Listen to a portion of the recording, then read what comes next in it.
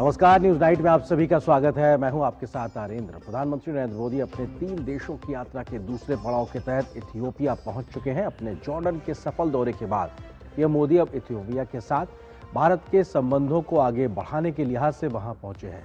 Bharat Ethiopia के संबंधों में पीएम मोदी की मौजूदा यात्रा के क्या है मायने, इस खबर पर करेंगे विस्तार से चर्चा। बताएंगे आपको पश्चिम बंगाल में जारी एसआईआर की प्रक्रिया के तहत जारी किए गए ड्राफ्ट रोल में कितने लाख लोगों के नाम हैं गायब। चर्चा करेंगे मनरेगा की जगह नई योजना लागू करने के बिल पर क्यों मचा है संसद में घमासान। होगी बात संसद के अन्य विधायी कामकाज की भी। इसके अलावा भी होंगी देश दुनिया की हर जरूरी और महत्वपूर्ण खबर। शुरुआत हेडलाइंस के साथ। प्रधानमंत्री नरेंद्र मोदी का इथियोपिया की राजधानी अदीस अबाबा में भव्य स्वागत। इथियोपियाई प्रधानमंत्री ने अपने कई मंत्रियों के साथ हवाई अड्डे पर की अगवानी। प्रधानमंत्री ने इथियोपिया को बताया जीवंत संस्कृति वाला देश।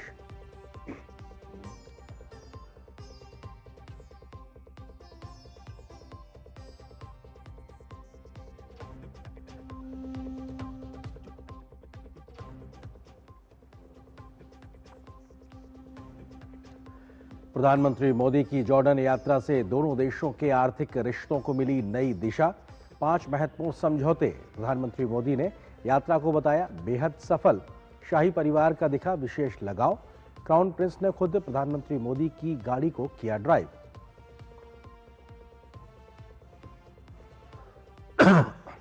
मनरेगा की जगह लेगा विकसित भारत जी राम जी। लोकसभा में बिल। विपक्ष का हंगामा। महात्मा गांधी का नाम हटाने पर आपत्ति। राज्यों पर बोझ डालने का भी आरोप। सरकार ने किया खारिज। 100 से बढ़ाकर होगी 125 दिन रोजगार की गारंटी।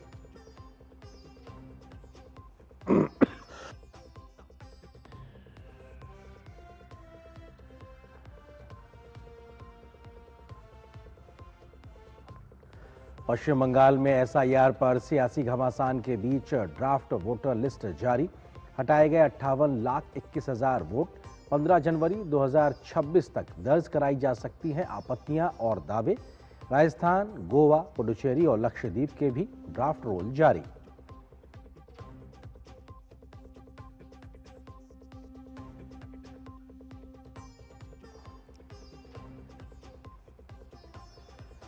गोवा क्लब अग्निकांड के आरोपी लूथरा बंधु दिल्ली हवाई अड्डे से गिरफ्तार। घटना के बाद दोनों भाई थाईलैंड भाग गए थे। प्रत्यर्पित कर लाए गए भारत।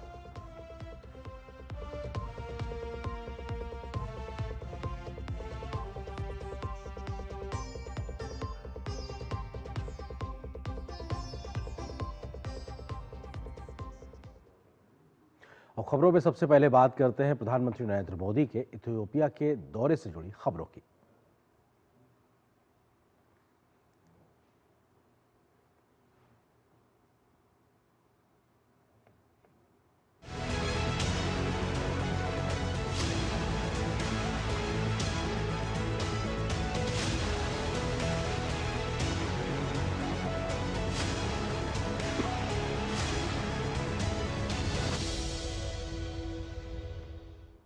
प्रधानमंत्री नरेंद्र मोदी अपने 3 देशों की यात्रा के दूसरे चरण में इथियोपिया की राजधानी अदीस अबाबा पहुंच चुके हैं। एयरपोर्ट पर प्रधानमंत्री मोदी के इथियोपिया के प्रधानमंत्री, विदेश मंत्री और कैबिनेट के मामलों के मंत्री और सामाजिक मामलों के मंत्री ने आगवानी की। प्रधानमंत्री के इथियोपिया की राजधानी अदीस अबाबा पहुंचने के वक्त की ये तस्वीरें, जब प्रधानमंत्री का भव्य स्वागत किया गया। खुद प्रधानमंत्री इथियोपिया के अपने कई मंत्रियों के साथ प्रधानमंत्री मोदी को एयरपोर्ट पर अगवानी करने के लिए पहुंचे।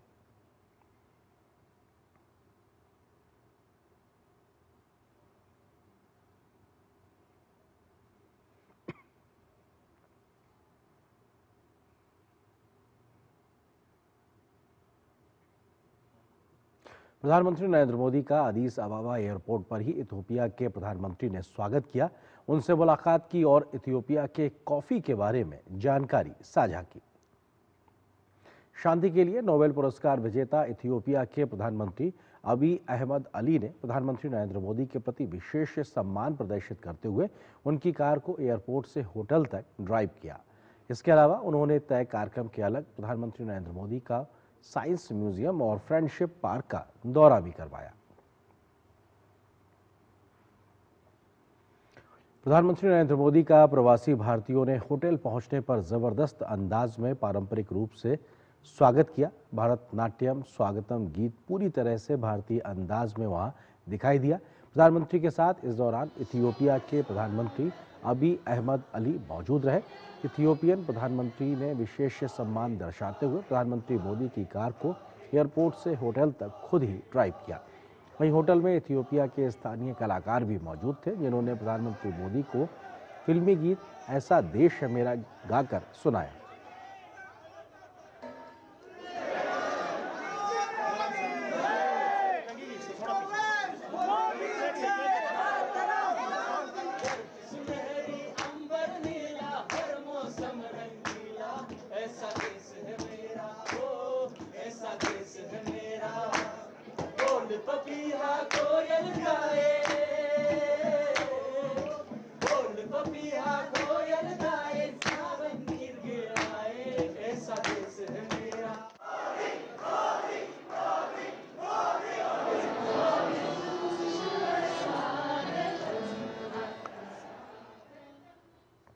प्रधानमंत्री नरेंद्र मोदी ने इथियोपिया में साइंस म्यूजियम का दौरा किया। इस अवसर पर इथियोपिया के प्रधानमंत्री अबी अहमद अली भी उनके साथ मौजूद रहे।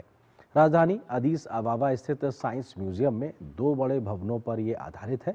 यहाँ कई इंटरैक्टिव प्रदर्शनियाँ हैं जो health care, finance, cyber security, geographic information system यानी GIS, service industry, data analytics, manufacturing और रोबोटिक्स जैसे क्षेत्रों के लोकल सॉल्यूशंस को दर्शाती हैं।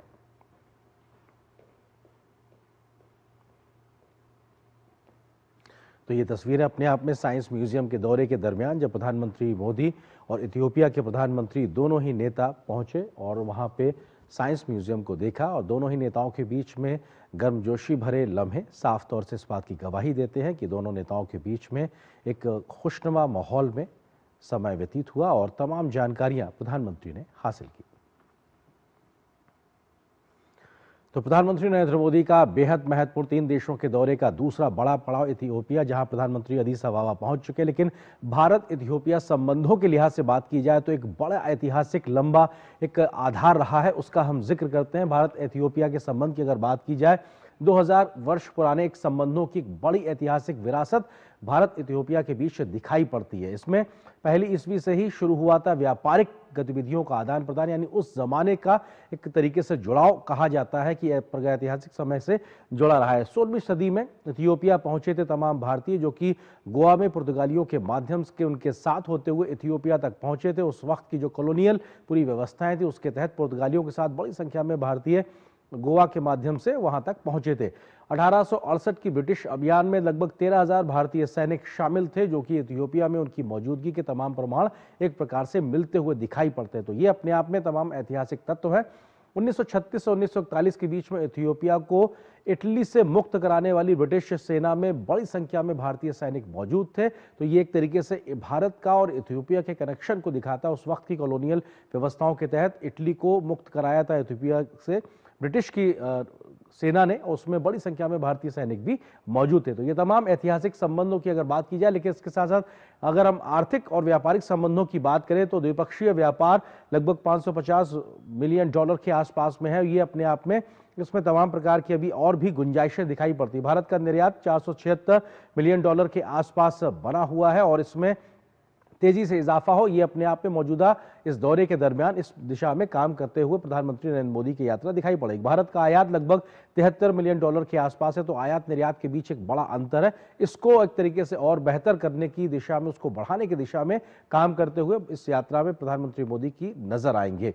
भारत दूसरा सबसे बड़ा व्यापारिक भागीदार है। अगर इथियोपिया की बात की जाए तो उसके जो सबसे बड़े साझेदार लगभग 24% के आसपास में उसका जो व्यापार है वो भारत के साथ में है और ऐसे में दूसरा सबसे बड़ा व्यापारिक साझेदार के तौर पे भारत की मौजूदगी इथियोपिया में नजर आती है। भारत के कुल निर्यात में से लगभग 40% के आसपास फार्मास्यूटिकल्स, जिसमें दवाएं और तमाम अन्य चीजें शामिल हैं। तो यानी बहुत बड़ा हिस्सा भारत का जो व्यापारिक एक तरीके से है वो दवाओं के आधारित है और शायद इसीलिए दुनिया में भारत को फार्मेसी की हब के तौर पे भी कहा जाता है, क्योंकि हमारी इतनी बड़ी संख्या में दुनिया में हमारी जो फार्मास्यूटिकल्स जो चीजें हैं उनकी डिमांड है, उसका एक उदाहरण इथियोपिया नजर आता है।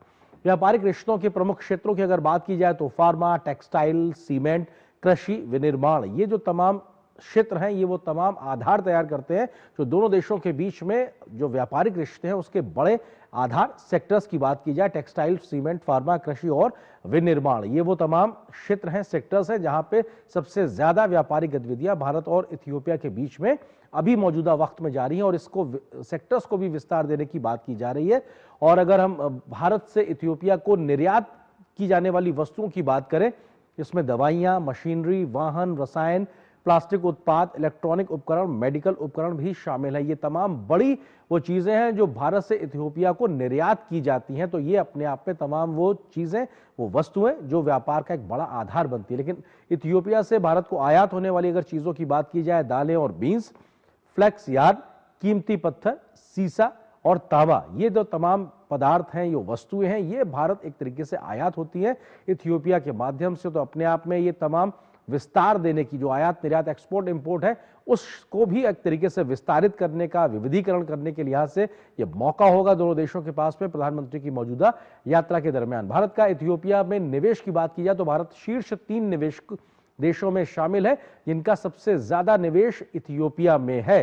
675 से ज्यादा भारतीय कंपनियों की मौजूदगी इथियोपिया में, यह बताती है कि भारत की तमाम क्षेत्रों की कंपनियां इथियोपिया में बड़े स्तर पर व्यापार कर रही है। निवेश लगभग $6.5 अरब के आसपास है जो तमाम भारतीय कंपनियों के माध्यम से किया गया है और यह संख्या अपने आप में तेजी से बढ़ती दिखाई पड़ रही है। 17,000 से ज्यादा रोजगार सृजित करने का काम भारतीय कंपनियों के माध्यम से किया गया है और अप्रत्यक्ष रूप से यह संख्या और ज्यादा तेजी से बढ़ती हुई दिखाई पड़ रही है। इसी प्रकार से अगर बात की जाए कौशल विकास और क्षमता निर्माण के लिहाज से तो भारत के द्वारा इथियोपिया को लगातार मदद जारी है। इसके तहत ITEC से क्षमता निर्माण के तहत तमाम काम किए जाते हैं ताकि जो वहां पे अधिकारी हैं, तमाम जो सैन्य के लोग हैं, तमाम लोगों को ट्रेनिंग देने का काम है वो ITEC की जो भारत की योजना उसके तहत लगातार किया जाता है। ICCR से भी दीर्घकालिक सहयोग को लेकर भारत लगातार इथियोपिया की मदद कर रहा है और क्षमता निर्माण को लेकर, सांस्कृतिक जुड़ाव को लेकर लगातार ये काम लंबे समय से चल रहा है और इसके तहत कई प्रकार के एक्सचेंजेस भी लगातार होते रहते हैं। शिक्षकों को भारत में प्रशिक्षण देने को लेकर भी लगातार काम होता है। तो ऐसे में ये वो तमाम क्षेत्र हैं जहां पर भारत इथियोपिया मिलकर काम कर रहे हैं और भारत के द्वारा क्षमता निर्माण, कौशल विकास को लेकर लगातार इथियोपिया की मदद की जाती रही। जलवायु एवं ऊर्जा सहयोग के लिहाज से अगर बात की जाए तो भारत और इथियोपिया दोनों ही देश अंतर्राष्ट्रीय सौर गठबंधन ISA के माध्यम से करीबी सहयोगी के तौर पे काम कर रहे हैं, यानी दोनों ही देश इस बैनर के तहत काम कर रहे हैं। हम जानते हैं कि भारत की पहल पर इंटरनेशनल सोलर अलायंस की शुरुआत हुई थी, उसके तहत इथियोपिया भी एक करीबी सहयोगी के तौर पे इस मंच पे काम कर रहा है। अदीस अबाबा विश्वविद्यालय में सोलर टेक्नोलॉजी रिसोर्स सेंटर की स्थापना भारत के सहयोग से की गई है, यानी भारत ने एक प्रकार से नवीकरणीय ऊर्जा में इथियोपिया को आगे बढ़ने के लिए एक मदद करते हुए उस पर काम किया और इसका फायदा इथियोपिया को मिलता हुआ दिखाई पड़ रहा है। सोलर रूफटॉप और नवीकरणीय ऊर्जा परियोजनाओं में साझेदारी को लेकर अपने आप में कहीं ना कहीं ये अपने आप में भारत का सहयोग साफ तौर पे दिखाई पड़ रहा है। तो ये बेहद महत्वपूर्ण अपने आप में दोनों ही देशों के बीच में सहयोग का हम जिक्र लगातार कर रहे थे और इस विषय पे हम अधिक बातचीत भी करेंगे क्योंकि प्रधानमंत्री का बेहद महत्वपूर्ण दौरा है और इथियोपिया में इस वक्त प्रधानमंत्री की मौजूदगी है। किस तरीके से यह खास रहने वाला खास मेहमान इस वक्त हमारे सामने मौजूद है, professor Anshu Joshi ji, School of International Studies, JNU Delhi से। मैम बहुत स्वागत है और आपसे हम लोग लगातार प्रधानमंत्री के दौरों पर अक्सर बात करते हैं। देश बदलते हैं लेकिन कमोवेश वो एक गर्मजोशी दिखाई पड़ती है। अभी जो सीरियस बातचीत का दौर है वो कुछ देर में शुरू होने वाला, लेकिन उससे पहले जो गर्मजोशी संबंधों में दिखाई पड़ी है, खुद इथियोपिया के प्रधानमंत्री अपने मंत्रिमंडल के सहयोगियों के साथ प्रधानमंत्री को एयरपोर्ट रिसीव करने जाते हैं, उनकी गाड़ी ड्राइव करते हुए होटल तक उनके साथ आते हैं, उनके साथ लगातार म्यूजियम जाते हैं। ये एक मोमेंटम तय होता हुआ दिखाई पड़ रहा है, किस तरह से देखा जाए इसको अंशु जी? निश्चित तौर पर आर्येंद्र, और कल इसी प्रकार के सुखद दृश्य हमने अपने माननीय प्रधानमंत्री की जॉर्डन यात्रा के दौरान भी देखे थे, जब वहां के प्रधानमंत्री ने उनका बहुत गर्मजोशी से स्वागत किया और इसके बाद हमने देखा कि एक जो मोमेंटम बना, जिस तरह से भारतवंशियों ने वहां उनका स्वागत किया, और लगभग इसी प्रकार के दृश्य आज हम हमारे माननीय प्रधानमंत्री की इथियोपिया यात्रा के दौरान देख रहे हैं। सुखद है ये दृश्य और बिल्कुल जब किसी भी देश के राष्ट्राध्यक्ष के द्वारा इस प्रकार का गर्मजोशी भरा एक अभिवादन और एक जो वेलकम है वो हमारे प्रधानमंत्री का किया जाता है, तो विदेश नीति के स्तर पर फिर यहाँ एक साझा भरोसे का रिश्ता निर्मित होता हुआ दिखाई पड़ता है। और इथियोपिया को एक हम सिर्फ द्विपक्षीय यात्रा के रूप में ना देखें, एक ये देखें कि अफ्रीका के साथ भारत ने विगत कुछ वर्षों में जिस तरह से अपने संबंधों को प्रगाढ़ किया है, विशेषकर यदि हम क्रिटिकल मिनरल्स के क्षेत्र में देखें, ऊर्जा सहयोग के क्षेत्र में देखें, व्यापार के क्षेत्र में देखें, अपने मार्केट को डाइवर्सिफाई करने के लिए भारत इन देशों की तरफ लगातार आउटरीच बनाए हुए है। और इसीलिए हमारे माननीय प्रधानमंत्री का जो ये दौरा है, जिसमें 3 देशों की वे यात्रा कर रहे हैं, कल जॉर्डन में थे, आज इथियोपिया और ओमान की वे यात्रा करते हुए भारत वापस आएंगे। इथियोपिया एक ऐसा महत्वपूर्ण पड़ाव है जो अफ्रीका का सेकंड सबसे ज्यादा बड़ा पॉपुलस देश है, सबसे बड़ी युवा आबादी है यहाँ पर। लगभग 58% जो टोटल पॉपुलेशन है इथियोपिया की, वो भारत की तरह युवा आबादी है।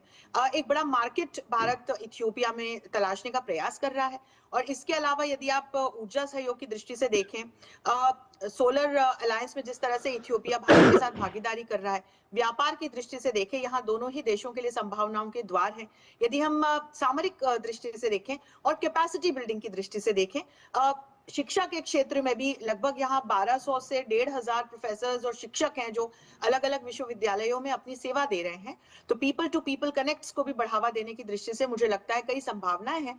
और अब जब ये जी एक सीरियस टॉक शुरू होगी तो कुछ अच्छे परिणाम हमको आते हुए दिखाई पड़ेंगे। बिल्कुल, बहुत विस्तार से आपने बातें रखी। हम सेक्टर वाइज भी समझने की कोशिश करेंगे कि यहाँ से बात अब आगे बढ़ेगी कैसे। इस बीच हमारे साथ एक और खास मेहमान जुड़ गए हैं, एम्बेसडर मंजू सेठ जी, जो कि पूर्व वरिष्ठ राजनयिक है। एम्बेसडर सेठ, आपका बहुत बहुत स्वागत है। और अगर हम आपसे समझना चाहें कि प्रधानमंत्री का इन 3 देशों की यात्रा का दूसरा महत्वपूर्ण पड़ाव अब इथियोपिया, इस वक्त प्रधानमंत्री की मौजूदगी है, अदीस अबाबा और दिल्ली के बीच के संपर्कों को अब आगे बढ़ाने को लेकर इस यात्रा से क्या बड़ी अपेक्षाएं और उम्मीदें? बिल्कुल, ये बहुत एक महत्वपूर्ण विजिट है, क्योंकि ये G20 में जब अफ्रीकन यूनियन भर्ती किया, अफ्रीकन यूनियन G20 में शामिल किया गया और G20 का AU का जो हेडक्वार्टर्स है वो भी इथियोपिया में है। तो एक तो मल्टीलैटरल एस्पेक्ट से इम्पोर्टेंट है, लेकिन बायलैटरली अगर हम देखें, हम द्विपक्षीय देखें अपने रिलेशनशिप को, तो बहुत पुराने रिलेशनशिप है हमारे साथ आदिस अबाबा के साथ और इथियोपिया के साथ। उनकी जो डिफेंस, हमारी training, defence cooperation, education sector में हमारे बहुत सारे टीचर्स वहाँ जाते थे पढ़ाने के लिए, उनकी डिफेंस एकेडमीज में, उनके स्कूल्स में। As a matter of fact मुझे याद है, वन इथियोपियन डिप्लोमैट ने मुझे एक दफ़ा बोला कि हम एक्चुअली इंडियन है। हमने कहा क्यों? उन्होंने कहा कि हमारे टीचर्स जो थे प्राइमरी स्कूल में, सेकेंडरी स्कूल में, सब इंडियंस थे। तो हमको लगता है हम ही इंडियंस हैं, क्योंकि उन्होंने इतने अच्छे टीचर्स थे। और हम जो एजुकेशन लेवल जो हमारा है इथियोपिया में हर एक जगह, इस वजह से क्योंकि इंडियन टीचर्स ने हमें पढ़ाया है और हम इतने अच्छे एक लेवल पे पहुंचे हैं। तो एक ये एस्पेक्ट है पीपल टू पीपल। और रिन्यूएबल एनर्जी जो आपने अभी बताया, सोलर उसकी बात हो रही है, ऊर्जा की, तो ये भी बहुत महत्वपूर्ण है, क्योंकि आजकल क्लाइमेट का हम देख रहे हैं, क्राइसिस सब जगह चल रहा है। तो ये बहुत एक इम्पॉर्टेंट चीज़ है, कोलैबोरेशन। इसमें हमारा डेवलपमेंट पार्टनरशिप जो है इथियोपिया के साथ, वो भी बहुत पुराना है, बहुत पुराने दिनों से चल रहा है। ये जो हमारे आईटेक के हैं और स्कॉलरशिप्स और दूसरे ICCR के हमेशा यूटिलाइज, और जो प्रोजेक्ट्स हम इम्प्लीमेंट करते हैं एग्रीकल्चर में, चाहे और प्रोजेक्ट म्यूचुअली बेनिफिशियल रहे। और इथियोपिया ने हमेशा पॉजिटिव, और हमने वो देखा क्योंकि उनके प्रधानमंत्री वहाँ गए एयरपोर्ट पे उनको रिसीव करने, हमारे प्रधानमंत्री जी को। तो ये इसका भी एक ये दर्शाता है कि हमारे पुराने संबंध है, उतने क्लोज संबंध रहे। तो बहुत लोग जो वहाँ पे इंडियन टीचर से पढ़े हैं, उनको एक बहुत स्पेशल फीलिंग है। और आप इतने पॉजिटिव, जब आपके टीचर्स इंडिया या किसी कंट्री से हैं, आप उनका एक पॉजिटिव एक इमेज आपके साथ हो जाता है, कनेक्ट हो जाता है। और में अगर हम देखें, अब साइबर सिक्योरिटी आजकल बहुत एक महत्वपूर्ण आइटम है, वहाँ पे भी हम लोग बात करेंगे दोनों प्रधानमंत्री। और कल्चर कॉन्टैक्ट, कल्चरल लेवल पे, एग्रीकल्चर पे, माइनिंग पे, रेयर अर्थ में अभी बात की अंशु जी ने, तो ये सब चीजें बहुत इंपॉर्टेंट है। और साइबर सिक्योरिटी बिल्कुल ये जो आप तमाम सेक्टर्स की बात कर रही हैं, निश्चित तौर से इन तमाम क्षेत्रों में सहयोग आगे बढ़ता हुआ दिखाई पड़ेगा अंशु जी। लेकिन हमने जो शुरुआती तस्वीरें देखी हैं, कॉफी भी दिखाई पड़ रही है बीच में, कॉफी का स्वाद कहीं ना कहीं दोनों देशों के आपसी संबंधों में मिठास खोलता हुआ दिखाई पड़ रहा है, वो भी एक आधार बन सकता है। और जब हम अभी जिक्र कर रहे थे तमाम चीजों के इंपोर्ट और एक्सपोर्ट का, तो वहां से बड़ी संख्या में हमें मतलब वो कॉफी की जो खुशबू है, गर्माहट है, वो भी लगातार मिलती रही। लेकिन ये बढ़ेगी कैसे? उस तरीके से कॉफी क्या रोल अदा करेगी? आरेंद्र, कॉफी को यदि हम एक पेय के रूप में देखें, उसके इतिहास को देखें, तो संबंधों में गर्मजोशी का लाने का काम तो हमेशा से ये पेय करता ही है। और भारत इथियोपिया के संदर्भ में यदि हम देखें तो ट्रेड के क्षेत्र में बड़ी संभावनाएं हैं, क्योंकि यदि अभी हम बायलैटरल ट्रेड का वॉल्यूम देखें तो बहुत बड़ा वॉल्यूम हम या मार्क हम नहीं देख सकते हैं, लेकिन भारत ने 5 से 6 बिलियन यूएसडी का निवेश जरूर इथियोपिया पे कर रखा है। और फिलहाल अलग अलग प्रकार की जो दालें हैं, स्पाइसेस हैं, कॉफी, लेदर, अलग अलग प्रकार के जेम्स, वेजिटेबल्स जो हैं हम इथियोपिया से मंगाते हैं। और हम इथियोपिया को फार्मास्यूटिकल्स, लोहा, स्टील, मशीनरी और दूसरे मेटल्स भेज रहे हैं। एग्रीकल्चर के क्षेत्र में हमने एक बड़ा इन्वेस्टमेंट कर रखा है। तो जो आप जिस प्रश्न को मुझसे पूछ रहे थे, तो यहाँ एक कृषि के क्षेत्र में यदि हम देखें, आयात जो हम अलग अलग प्रकार के स्पाइसेस कर रहे हैं इंक्लूडिंग कॉफी, यदि हम उसकी ओर देखें तो यहाँ पर फिर एक संभावना दिखाई पड़ती है। इसके अलावा टेक्सटाइल्स का भी एक ऐसा एरिया है आंध्र जिस पे बात हो सकती है, और इंजीनियरिंग को लेकर के, तकनीक को लेकर के, क्योंकि यदि यहाँ पर मैं डिजिटाइजेशन की तरफ जाऊं तो भारत का जो डीपीआई है वो इस वक्त पूरे विश्व में न सिर्फ सराहा जा रहा है, एक केस स्टडी के रूप में इसका अध्ययन होता है। हमने जिस तरह से अपनी 140 करोड़ की आबादी को डिजिटाइज किया है, तो डीपीआई की दृष्टि से भी इथियोपिया के साथ भारत के जुड़ने के लिए कई संभावनाएं हैं। हमारे माननीय प्रधानमंत्री जब घाना की विजिट पर भी गए थे, ब्रिक्स शिखर सम्मेलन में पार्टिसिपेट करने के लिए वाया घाना और अर्जेंटीना में पहुंचे थे, तो घाना की यात्रा के दौरान हमने देखा था कि किस तरह से टेलीमेडिसिन के क्षेत्र में, डीपीआई के क्षेत्र में, जो हमारे ये अलग अलग पेमेंट सिस्टम्स हैं इसके क्षेत्र में, ये तमाम जो अफ्रीका के देश हैं हमसे सहायता चाहते हैं। और फिर ये वो एरियाज है जहां पर भारत इन्वेस्ट या को कोलैबोरेट करके और इथियोपिया के साथ काम कर सकता है। पर जो द्विपक्षीय व्यापार है उसके वॉल्यूम को बढ़ाना तो बिल्कुल एक प्रमुख लक्ष्य है। बिल्कुल, तो निश्चित तौर से आज जहां पे दोनों देशों के संबंध आज मौजूदा वक्त में खड़े हैं, यहां से अपार संभावनाओं के द्वार खुलते दिखाई पड़ते हैं और प्रधानमंत्री की मौजूदा यात्रा में ये संभावनाएं और तेजी से प्रगाढ़ होती भी दिखाई पड़ रही हैं। आप दोनों मेहमानों से गुजारिश है हमारे साथ बने रहिए, आपसे ये चर्चा हम आगे जारी रखेंगे। छोटे से ब्रेक के लिए रुकते हैं, बहुत जल्द वापस आते हैं। प्रधानमंत्री के इस वक्त इथियोपिया में मौजूदगी और क्या है भारत इथियोपिया के संबंध और यहां से कैसे बढ़ेगी आगे बात, इस विषय पर विस्तार से चर्चा जारी रहेगी छोटे से ब्रेक के बाद।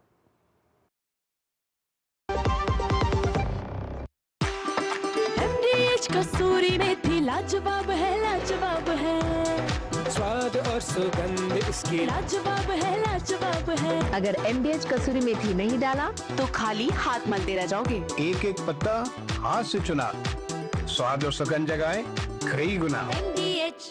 Excuse me? Yes, sir. Get me one veg sandwich, orange juice and some आज coffee. फ्लाइट पे खाना नहीं है सर। किसान छुट्टी पे है सर। ऐसा हो सकता है क्या? नहीं दादा, हम किसान जानते हैं सब हमारे भरोसे, इसलिए हमारा भरोसा ग्रो मोर। जिनके भरोसे दुनिया, उनका भरोसा ग्रो मोर। वाह, गाय तुम्हारी माता है ना?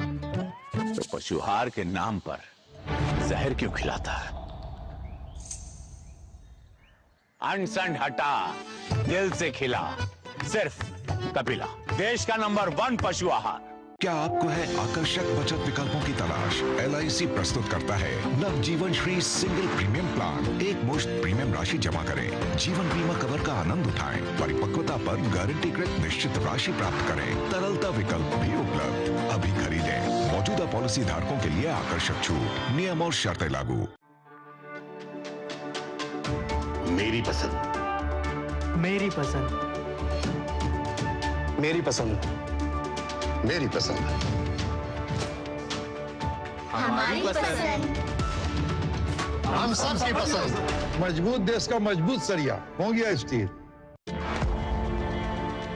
खादी सिर्फ एक वस्त्र नहीं बल्कि भारत की आत्मनिर्भरता और सांस्कृतिक विरासत का प्रतीक है और आज वैश्विक फैशन और सस्टेनेबल लाइफस्टाइल की नई परिभाषा बन चुकी है। वर्ष 2024-25 में वर्ष 2013-14 के मुकाबले 1,16,000 करोड़ रुपए के खादी ग्रामोद्योग प्रोडक्ट्स का उत्पादन, जो लगभग 350% की वृद्धि है। 1,70,000 करोड़ रुपए के खादी ग्रामोद्योग प्रोडक्ट्स की रिकॉर्ड बिक्री अर्थात 450% वृद्धि दर्ज हुई। और साथ ही पिछले 11 वर्षों में लगभग 2 करोड़ लोगों को केवीआईसी ने रोजगार दिया। तो आइए भारत की आत्मनिर्भरता को बढ़ावा दें और खरीदें खादी और ग्रामोद्योग उत्पाद। विजिट करें नजदीकी खादी स्टोर। गोल्डी छोले मसाले जहाँ जाए रिश्ते बनाए। गोल्डी लाए हैं फ्रेश लॉक टेक्नोलॉजी जो रखे मसालों को हर समय फ्रेश। और ब्रेक के बाद आपका स्वागत है। और ब्रेक पर जाने से पहले हम जिक्र कर रहे थे प्रधानमंत्री के इथियोपिया दौरे पे, और उस विषय पे बात करने के लिए 2 खास मेहमान हमारे साथ लगातार बने हुए हैं। मिस्टर मंजू सेठ जी हैं, पूर्व वरिष्ठ राजनयिक। इसके अलावा professor Anshu Joshi ji, School of International Studies JNU Delhi से। अंशु जी, क्योंकि हम इस बात का भी जिक्र कर रहे थे कि दोनों देशों में अब व्यापारिक गतिविधियों को आगे बढ़ाने को लेकर अपार संभावनाएं दिखाई पड़ रही है। ऐसे में इथियोपिया को अगर एक आम भारतीय के नज़रिए से समझना चाहें तो एक देश के नाते, राष्ट्र के नाते इथियोपिया की अपनी क्या उसकी विशेषताएं हैं? क्या उसके पास में ज़्यादा ऐसी प्रचुर चीज़ें हैं? क्या उसके पास में क्षमताएं हैं जिसका लाभ भारत को व्यापारिक गतिविधियों के लिहाज से मिल सकता है? आर्यन, बहुत अच्छा आपने प्रश्न पूछा। और यदि इथियोपिया को हम अफ्रीका के एक महत्वपूर्ण देश के रूप में समझना चाहें तो जैसे कि मैंने आपसे कहा कि नामीबिया के बाद सबसे बड़ी पॉपुलेशन वाला देश है। और यदि हम फिलहाल इसकी पॉपुलेशन के प्रोपोर्शन को देखें तो उसमें जो युवा जनसंख्या है, जो 15 से 64-65 वर्ष के लोग हैं, वो पूरी पॉपुलेशन का लगभग 58% है। और एक पुराना ऑक्सुमाइट एम्पायर के रूप में हम इथियोपिया को जानते हैं। इसकी पूरा प्राचीन सभ्यता रही है और प्राचीन काल से ही इथियोपिया के संबंध भारत के साथ रहे हैं, जिसमें कि स्वर्ण का, रेशम का, मसालों का, हाथी दांत का व्यापार भारत और इथियोपिया के बीच में होता था। और आपने चर्चा में बताया भी था दर्शकों को, मैं सुन रही थी कि किस तरह से जब इथियोपिया को इटली के शासन से मुक्त कराने के लिए ब्रिटिश सेना ने पार्टिसिपेट किया तो उसमें भारतीय सेना का भी एक महत्वपूर्ण पार्टिसिपेशन रहा। तो हमने 19वीं सेंचुरी से देखा कि किस तरह से एक मॉडर्न टाइम्स में यदि हम देखें तो इथियोपिया के साथ भारत के लगातार संबंध बने रहे। और यदि वर्तमान मैं काल में आऊं तो इथियोपिया के साथ भारत का व्यापार का जो रिश्ता है उसमें इथियोपिया का 2nd लार्जेस्ट ट्रेडिंग पार्टनर है भारत। और 5 से 6 बिलियन का इन्वेस्टमेंट भी कर रखा है, विशेषकर कृषि के क्षेत्र में, मैन्युफैक्चरिंग के क्षेत्र में, और जो सर्विसेज हैं उस क्षेत्र में। लगभग 5 से 6 हजार लोगों का डायस्पोरा, भारतीय डायस्पोरा इथियोपिया में रहता है। और शिक्षा के क्षेत्र में एक बड़ा कंट्रीब्यूशन यहाँ पर रहने वाले भारतीय देते हैं। जैसे कि मंजू जी भी बड़े सुंदर तरीके से बता रही थी कि वहाँ के लोगों की किस तरह से प्राइमरी, सेकेंडरी और जो कॉलेज की शिक्षा है उसमें भारतीय शिक्षकों का एक बड़ा योगदान है। तो अफ्रीका में भारत की दृष्टि से देखें तो इथियोपिया की जो लोकेशन है, जिस तरह का इतिहास है और भारत के साथ जिस तरह से अलाइन करता है आरेंद्र, तो चाहे ग्लोबल रिफॉर्म्स की बात हो, यूएनएससी में भारत की परमानेंट सीट की बात हो, या फिर आप देखें आतंकवाद के खिलाफ लड़ाई की बात हो, क्रिटिकल मिनरल्स में भारत के साथ आने की बात हो, तो ये तमाम ऐसे महत्वपूर्ण स्ट्रेटेजिक इंटरेस्ट्स हैं और भारत का एजेंडा है वैश्विक स्तर का, जिसमें इथियोपिया एक सहयोगी देश के रूप में भारत की भूमिका निभाता है। और न सिर्फ एक राष्ट्र के रूप में, फिर आप अफ्रीकन पूरे क्षेत्र की और यदि इसको ले जाएं तो आप इस चीज को समझने की कोशिश कीजिए कि हमारे प्रधानमंत्री की अफ्रीका का ये 3रा दौरा है। इसके पहले फेज में घाना और नामीबिया गए थे, आपको याद होगा, फिर साउथ अफ्रीका गए थे और अब देखिए इथियोपिया पहुंचे हैं। और इथियोपिया ने ब्रिक्स की मेंबरशिप ली है, परमानेंट मेंबर के रूप में इथियोपिया ब्रिक्स से जुड़ा है और ब्रिक्स से जोड़ने में भारत का एक बहुत बड़ा योगदान रहा है इथियोपिया को। और अगले वर्ष हम ब्रिक्स का शिखर सम्मेलन होस्ट करने वाले हैं। आपको रुकना चाहेंगे अंशु जी, क्योंकि हमारे पास तस्वीरें इस वक्त आ रही है। प्रधानमंत्री इथियोपिया की राजधानी अदीस अबाबा में है और वहां पर सेरेमोनियल वेलकम की तस्वीरें इस वक्त आपके सामने।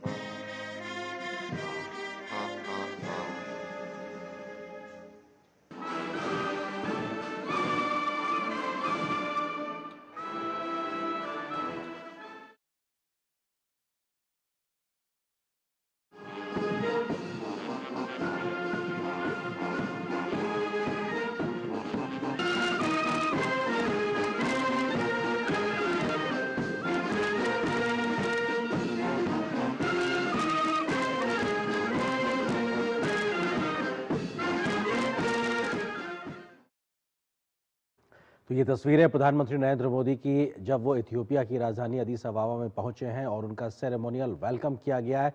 किस प्रकार से वहां के प्रधानमंत्री, उनके साथ उनकी मौजूदगी और tri services guard of honour प्रधानमंत्री के सम्मान में दिया गया, और ये साफ तौर पे दिखाता है जब भारत का राष्ट्रगीत वहां पे, राष्ट्रगान वहां पे बजा और उसके साथ साथ दोनों ही देशों के राष्ट्रगान वहां पे उसकी धुन सुनाई पड़ी, और इस बीच में प्रधानमंत्री को गार्ड ऑफ ऑनर दिया गया, उनका सम्मान में वहां पे tri services guard of honour देखने को मिला। तो अपने आप में बेहद महत्वपूर्ण दौरा, बेहद महत्वपूर्ण तस्वीरें जब प्रधानमंत्री को सेरेमोनियल वेलकम दिया गया। और अब इसके बाद महत्वपूर्ण बैठकों के दौर का सिलसिले की शुरुआत होगी, जब दोनों ही देशों के नेताओं के शिष्टमंडल स्तर की बातचीत होगी।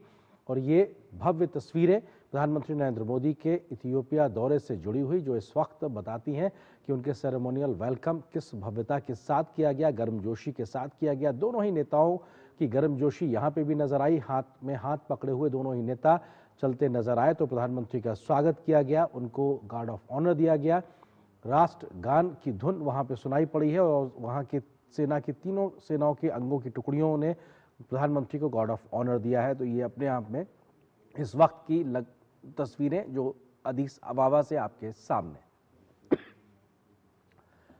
प्रधानमंत्री 3 देशों के दौरे के दरमियान दूसरे पड़ाव पे मौजूद है इस वक्त इथियोपिया में, और प्रधानमंत्री अदीस अबाबा में जब पहुंचे तो एयरपोर्ट पर खुद वहां के प्रधानमंत्री अपने मंत्रिमंडल सहयोगियों के साथ पहुंचे। तो उनको रिसीव करने के लिए एयरपोर्ट से उनके होटल तक वो खुद गाड़ी ड्राइव करके प्रधानमंत्री मोदी को लेकर गए। अब जबकि उनका सेरेमोनियल वेलकम हुआ है तो यहाँ पर भी प्रधानमंत्री के भव्य स्वागत की तस्वीरें, गार्ड ऑफ ऑनर दिया गया, ट्राई सर्विसेज, और वो अपने आप में दिखाई पड़ रहा है। दोनों ही देशों के राष्ट्र ध्वज है उनकी वो नज़र आ रहे हैं, दोनों ही देशों के राष्ट्रगान की जो धुन है वो वहाँ पर बजी, और प्रधानमंत्री का भव्यता के साथ घुड़सवार दस्ते के साथ जो एस्कॉर्ट करते हुए प्रधानमंत्री के वाहन को लेकर पहुँचे, और उसके बाद वहाँ के प्रधानमंत्री ने उनको रिसीव किया।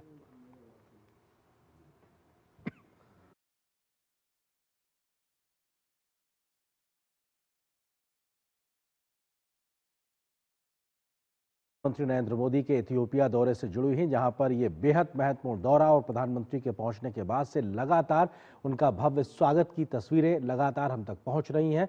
और प्रोटोकॉल के इतर इथियोपिया के प्रधानमंत्री जब पहुंचे प्रधानमंत्री मोदी को एयरपोर्ट पर उनका स्वागत करने के लिए, और उसके बाद लगातार वो गर्मजोशी दोनों ही नेताओं के मिलने में नजर आई। और ये सेरेमोनियल वेलकम की तस्वीरें जहां पर भव्य तरीके से प्रधानमंत्री का स्वागत किया गया, प्रधानमंत्री के जो वाहन है उसको घुड़सवार दस्तों की सैन्य टुकड़ी ने एस्कॉर्ट किया और उनको लेकर पहुंचे, और वहां पर प्रधानमंत्री को इथियोपिया के प्रधानमंत्री ने रिसीव किया। दोनों ही नेताओं की गर्मजोशी साफ तौर से नजर आई। 2 खास मेहमान हमारे साथ लगातार बने हुए हैं, प्रोफेसर अंशु जोशी जी हैं, एम्बेसडर मंजू सेठ जी हैं। एम्बेसडर सेठ, क्योंकि ये तस्वीरें कैसे इसको समझा जाए, इसके मायने क्या है, और जो प्रधानमंत्री का सेरेमोनियल वेलकम की जो भव्यता है इसको आप एक राजनयिक के नजरिए से कैसे आसान शब्दों में देशवासियों के सामने रखेंगी? एम्बेसडर सेठ। बिल्कुल, ये बहुत ही एक भव्य आपने बताया, जैसे आपने बताया भव्य सेरेमनी थी, और पूरा प्रोटोकॉल के हिसाब से और स्पेशल उनके जो गार्ड ऑफ ऑनर दिया गया है कि बहुत एक इम्पोर्टेंट मार्कर है, सिंबलाइज करता है कितना वो ये विजिट उनके लिए भी कितनी इम्पोर्टेंट है। और वो पूरे अपने सब उनके जो तीनों 3 डिफेंस फोर्सेस के सारे लोग वहाँ मौजूद है। वहाँ पे हमारे नेशनल एंथम प्ले होता है और वो बहुत अच्छे से दिखाया उन्होंने, पूरे इतना सुंदर तरीके से उन्होंने उनका स्वागत किया है। हमारे यहाँ भी बहुत एक सेरेमोनियल का भी बहुत ही सुंदर दिख रहा है जो आपने तस्वीरें दिखाई हैं। और ये एक एम्बेसडर सेठ, आपको विनम्रता से रुकना चाहेंगे, कुछ और भी तस्वीरें इसी सेरेमोनियल वेलकम से जुड़ी हमारे पास आई, एक बार उनको भी दिखाते फिर आपसे और विस्तार से बात भी करते हैं।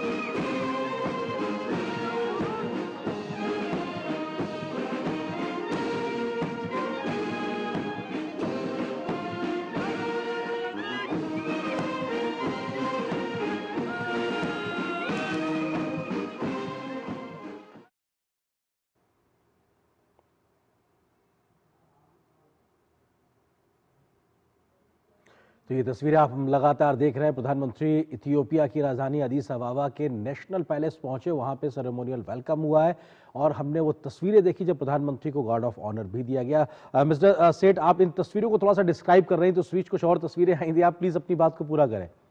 हाँ बिल्कुल, ये और आप जो आप देख रहे हैं स्क्रीन पे, ये सबको जो उनके वहाँ के वरिष्ठ और चीफ जो मंत्री हैं, अदर सीनियर लीडर्स हैं, उनको इंट्रोड्यूस किया जाता है हमारे जो विजिटिंग प्राइम मिनिस्टर हैं या विजिटिंग डिग्नेटरी को, तो वो कर रहे हैं, हर एक को मिलवा रहे हैं, पर्सनली मिलवा रहे हैं। ये बहुत एक अगेन दर्शाता है कि कितना इम्पोर्टेंस दे रहे हैं वो हमारे प्रधानमंत्री जी के विजिट को। और जैसे आपको पता है हमारा एक वो रहा है, प्रयास रहा है कि हम अफ्रीका के साथ हर एक जगह पूरा अपना, जैसे अंशु जी ने भी कहा, अपना कोऑपरेशन कोलैबोरेशन बढ़ाएं हर एक जगह में। और यूपीआई में भी हम देख रहे हैं बहुत उनका इंटरेस्ट है, डिजिटल इंफ्रास्ट्रक्चर जो है, पेमेंट स्ट्रक्चर, वो वहाँ पे अग्रीमेंट भी हमने साइन किया उनके साथ। तो वो चाहते हैं कि हम बेनिफिट करें वहाँ पे। एक्चुअली मैंने देखा उनसे जब इंटरेक्शन हुआ है मेरा, वो कहते हैं कि we want to learn from India's development journey. जैसे इंडिया का डेवलपमेंट हुआ है स्टेप बाय स्टेप, और हमेशा एक अलग हमने अपना जो एक पाथ सीखना चाहते हैं। ठीक है, वो वेस्ट के साथ भी, चीन के साथ भी, सब कंट्रीज के साथ उनके अच्छे संबंध हैं और रखना चाहिए क्या उनके इंटरेस्ट में है। लेकिन भारत के साथ खासकर उनका जो एक, और इथियोपिया का खासकर, अफ्रीका में भी जनरली एक बहुत एक स्पेशल उनके एटीट्यूड है, पॉजिटिव एटीट्यूड है कि हम भारत के साथ संबंध बढ़ाना चाहते हैं। हम इनका जो डेवलपमेंट जर्नी है, फ्रूगल इंजीनियरिंग जो है और जो इस किस्म की इनोवेशंस हैं, उससे हम लाभ उठाना चाहते हैं और बेनिफिट कोलैबोरेट करना चाहते हैं। तो ये बहुत एक महत्वपूर्ण एक एरिया है जहां हम लोग कोलैबोरेट करेंगे और करते आ रहे हैं।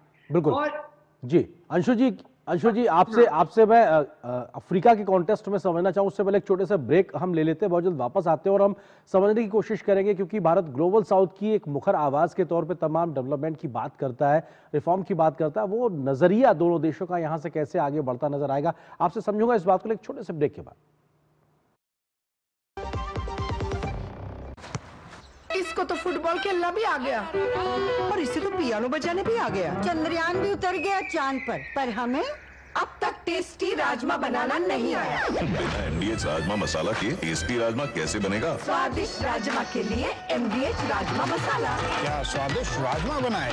एमडीएच। बेटा सैंपल चेक कर लिया? हाँ पापा, सैंपल तो चेक कर लिया, लेकिन आपने बिजनेस को बढ़ाने के बारे में क्या सोचा? बिजनेस बढ़ाना बेटा कोई बच्चों का खेल नहीं है। डैड, मोदी सरकार एक स्कीम लाई है, प्रधानमंत्री विकसित भारत रोजगार योजना, जिसमें आपको सरकार अगले 2 साल तक हर महीने 3,000 रुपए तक का इंसेंटिव देगी, वो भी हर नई हायरिंग पर। अच्छा। और मैन्युफैक्चरिंग में तो ये इंसेंटिव 4 साल तक मिलता है। क्या बात है बेटा, तूने तो मेरी टेंशन ही खत्म कर दी। प्रधानमंत्री विकसित भारत रोजगार योजना करीब 3.5 करोड़ नौजवानों को रोजगार के नए अवसर बनाएगी। योजना से जुड़ने के लिए pmvbry.labor.gov.in पर विजिट करें। पढ़ता है, खेलता है, झूलता उछलता है, दौड़ता कभी कभी दौड़ कराता है, आगे आगे बढ़ता है इंडिया, अमूल दूध पीता है इंडिया। जब धरती चीर कर निकलता है लोहे का पत्थर और मिलता है मोंगिया के जोश से, फिर तपता है, पिघलता है और बनता है फौलाद। अब होता है सरिया सारी खूबियों के साथ। मोंगिया स्टील, मजबूत देश का मजबूत सरिया। दीदी नौकरी लग गई। अरे वाह, बधाई हो। तो अब तो ढेर सारी शॉपिंग। हाँ दी, नया मोबाइल। अरे रुको शहजादे, सैलरी से पहले खर्चे। इंस्टेंट लोन भी तो मिलता है। पहले बजट बनाना सीखो, फिर खर्च करो। पर दी, देखो, कमाई का एक हिस्सा हमेशा बचाना चाहिए, लेकिन पार्टी देने से नहीं बचोगे तुम। हाँ दी, पार्टी मेरी, बजट तुम्हारा। अच्छा। आरबीआई कहता है, सही वित्तीय बर्ताव करे आपका बचाव। ओए, लड़के वाले आ गए। खाली खाना कहाँ? अनाज तो नहीं मिला। क्या? क्यों? क्योंकि किसान छुट्टी पर हैं। ऐसा हो सकता है क्या? नहीं ना, क्योंकि हम किसान जानते हैं सब हमारे भरोसे हैं, इसलिए हमारा भरोसा ग्रो मोर। जिनके भरोसे दुनिया, उनका भरोसा ग्रो मोर। गोल्डी छोले मसाले, जहाँ जाए रिश्ते बनाए। गोल्डी लाए हैं फ्रेश लॉक टेक्नोलॉजी, जो रखे मसालों को हर समय फ्रेश।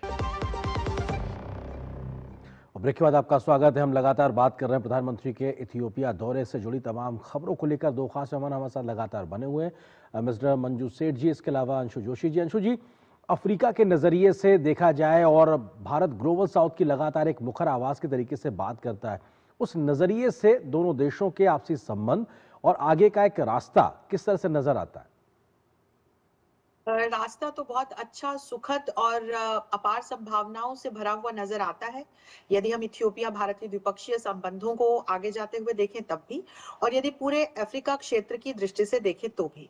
ग्लोबल साउथ के प्रणेता के रूप में भारत ने लगातार तमाम विकासशील और अविकसित देश किस प्रकार से मेन फ्रेम में आ सकते हैं ग्लोबल पॉलिटिक्स के, और किस तरह से इनको फंडिंग की दृष्टि से या अलग अलग प्रकार की जो भी सहायता चाहिए वो कैसे पहुंचाई जा सकती है, इसके लिए हमारे माननीय प्रधानमंत्री अलग अलग मंचों से मुखर आवाज में मांग करते रहे हैं।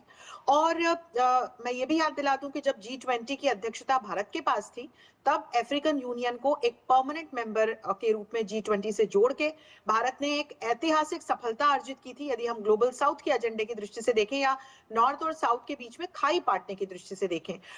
और इथियोपिया के बारे में हम लगातार चर्चा कर रहे हैं कि किस प्रकार से इथियोपिया अफ्रीका का एक बहुत महत्वपूर्ण देश है। इसको डिप्लोमेटिक कैपिटल कहूं अफ्रीका की तो गलत ना होगा, एक्सपर्ट्स इसी प्रकार से इथियोपिया को कहकर संबोधित करते हैं। और फिर हमारे प्रधानमंत्री का अफ्रीका पर लगातार जोर है, क्योंकि यहाँ जिस तरह के अनटैप्ड नेचुरल रिसोर्सेज हैं और जिस तरह का पोटेंशियल है, उसको देखते हुए भारत के न सिर्फ नेशनल इंटरेस्ट बल्कि सभी के साझा विकास के लिए भी ये साझेदारी बहुत फ्रूटफुल साबित हो सकती है। तो ये हमारे माननीय प्रधानमंत्री की इस वर्ष की अफ्रीका की तीसरी यात्रा है। मैं लगातार बता रही हूँ कि इसके पहले घाना और नामीबिया गए और उसके बाद साउथ अफ्रीका गए और अब ये इथियोपिया की यात्रा है। और ब्रिक्स के से इथियोपिया को जोड़ने में भारत की एक महती भूमिका रही है। तो मल्टीलैटरल यदि हम मंचों पर देखें तो वहां पर भी इथियोपिया हमें भारत के साथ खड़ा हुआ दिखाई पड़ रहा है। तो चाहे तमाम इंटरनेशनल इंस्टीट्यूशंस में रिफॉर्म्स की बात हो, ग्लोबल गवर्नेंस में रिफॉर्म्स की बात हो, या फिर आतंकवाद के खिलाफ लड़ाई की बात हो, कैपेसिटी बिल्डिंग की बात हो, इनोवेशन की बात हो, या किस तरह से फ्यूचरिस्टिक पर्सपेक्टिव से हम आगे और संभावनाओं को तलाश कर सकते हैं, इथियोपिया द्विपक्षीय और क्षेत्रीय दोनों ही सहयोगियों के रूप में भारत के साथ खड़ा हुआ है। बिल्कुल, आप दोनों मेहमानों से चर्चा हम जारी रखेंगे। उससे पहले एक छोटे से ब्रेक के लिए रुकते हैं, बहुत जल्द हाजिर होते हैं।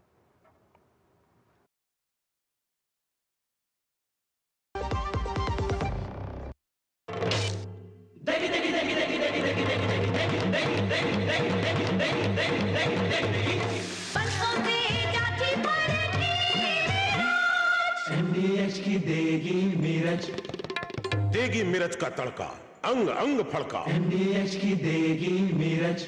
ऑर्डर ले ले भाई, ऑर्डर ले ले। अनाज नहीं है, खाना नहीं मिलेगा। क्यों?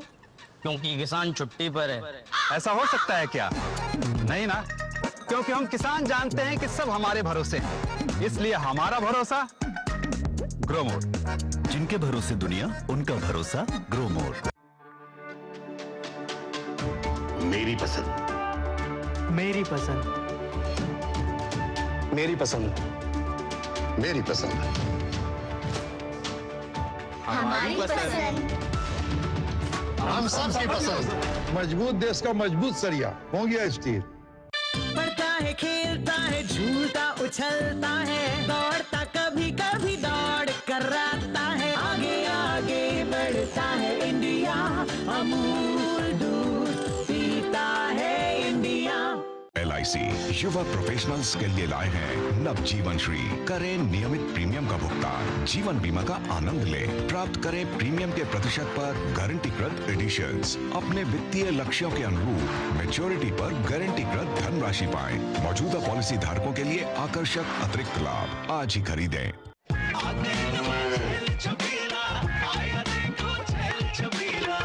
एक कपिला, अरे भाई सब एक ही जैसा होता है।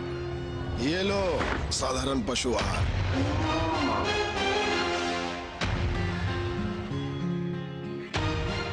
इस देश की हर माँ, बच्चे, बूढ़े, जवान, खिलाड़ी, डॉक्टर, इंजीनियर सबको गाय भैंस की दूध की शक्ति पर भरोसा है, पर जब इन पशुओं को कपिला पशु आहार मिलेगा तभी तो दूध सिर्फ ज्यादा ही नहीं, शक्ति से भरपूर भी होगा। और ये सच जानते हुए चंद पैसों के लिए तुम देश का भरोसा तोड़ दो। कपिला पशु आहार, देश का नंबर 1 पशु आहार। कौन है जो जोड़े देश को? विकसित भारत का, विकसित भारत।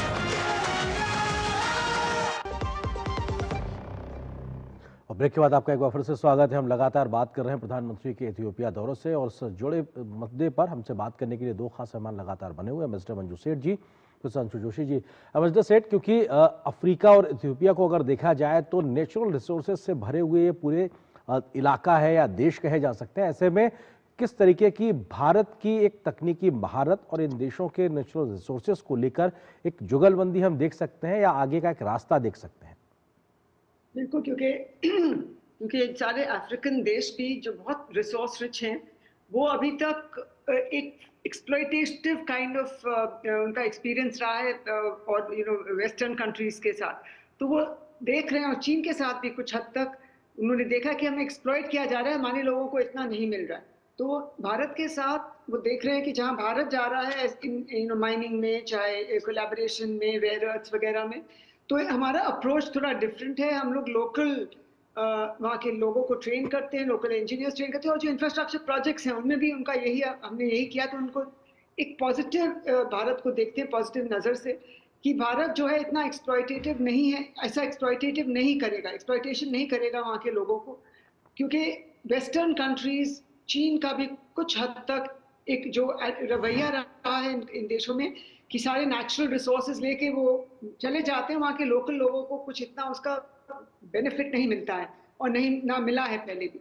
लेकिन भारत जहाँ भी गया है उन्होंने देखा है, तो इसलिए इथियोपिया ये बात समझता है और अफ्रीकन कंट्रीज भी ये बात समझते हैं, और हमारे साथ वो इसलिए कोलैबोरेट करना चाहते हैं, भारत के साथ कोलैबोरेट करना चाहते हैं, ताकि उनके जो वहाँ पर जो नेचुरल रिसोर्सेज हैं उनको जो उनका एक्सट्रैक्शन हो, चाहे उनका यूटिलाइजेशन हो, वो एक कोलैबोरेटिव एफर्ट में हो, वहाँ के लोकल लोगों को भी ट्रेनिंग मिले, स्किल्स मिले।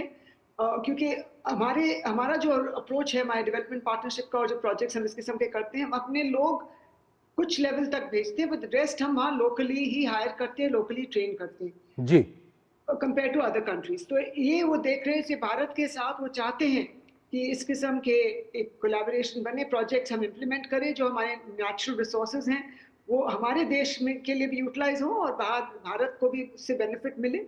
और साउथ साउथ कोऑपरेशन का भी एक मॉडल बना हुआ है कि म्यूचुअली बेनिफिशियल हो, म्यूचुअली बेनिफिट को लेके। अंशु जी, क्योंकि यही सवाल आपसे भी, भारत का जो डेवलपमेंटल मॉडल है वो अपने आप में एक ट्रस्टेड फ्रेंड या नेबर, दोस्त के तरीके से दुनिया भर में स्थापित किया है हमने अपने ट्रैक रिकॉर्ड के आधार पे। क्या अफ्रीका के देश या खासतौर से इथियोपिया की अगर हम बात करें तो इस वक्त वो हमें उस नज़र से देख रहे हैं, और अगर हमारा ये एक प्रयास जो लगातार जारी है तो वर्ल्ड सप्लाई चेन को लेकर भी जो डिसरप्शन रहता है उसमें भी एक ट्रस्टेड पार्टनर के तौर पे भारत की मौजूदगी होगी?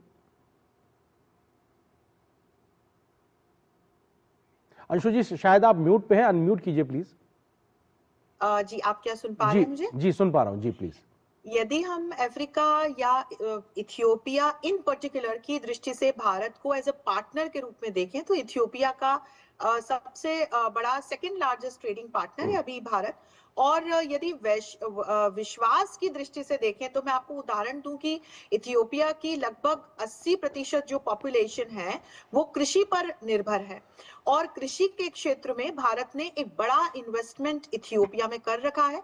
और वो एक जो हमने अफ्रीका के देशों को का पास्ट देखा है, तो उनके जितने नेचुरल रिसोर्सेज हैं, मंजू जी ने बहुत सुंदर तरीके से इसको समझाया कि किस तरह से वेस्ट के नेशंस ने इन देशों को एक्सप्लॉइट किया।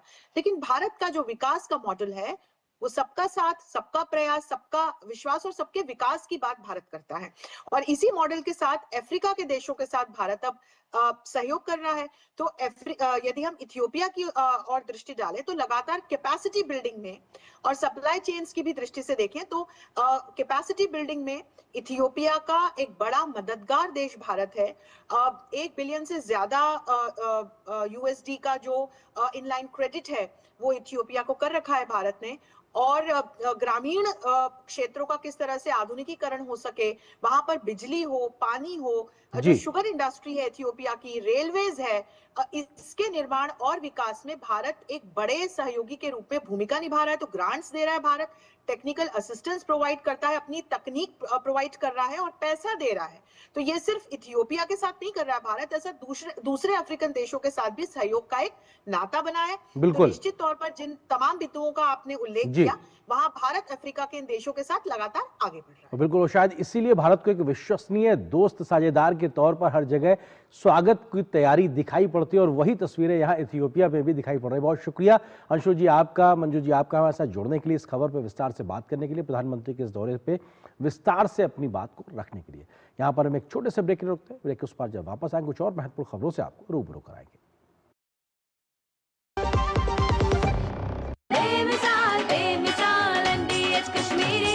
लाल रंग इसका अपार, तीखा कम है फिर भी स्वाद। बेमिसाल बेमिसाल MDH कश्मीरी, और कम डाल पर असली डाल। MDH कश्मीरी लाल मिर्च पाउडर। बेमिसाल बेमिसाल MDH कश्मीरी, MDH। कहाँ है? जॉब पर हूँ, बस अभी ऑफिस पहुँचा हूँ। ऑफिस में मेरा भी ऑफर लेटर आ गया है और 10 दिन में ज्वाइनिंग है। अरे वाह, फिर तो तुम प्रधानमंत्री विकसित भारत रोजगार योजना से जुड़ो। प्रधानमंत्री विकसित भारत रोजगार योजना करीब 3.5 करोड़ नौजवानों को रोजगार के नए अवसर बनाएगी। भारत सरकार की इस योजना से पहली जॉब पाने वाले एम्प्लॉइज को उनकी सैलरी के साथ 15,000 तक का इंसेंटिव 2 किश्तों में मिलेगा। मतलब नौकरी, सिक्योर फ्यूचर और बचत तीनों एक साथ। योजना की अधिक जानकारी के लिए pmvbry.labor.gov.in पर विजिट करें।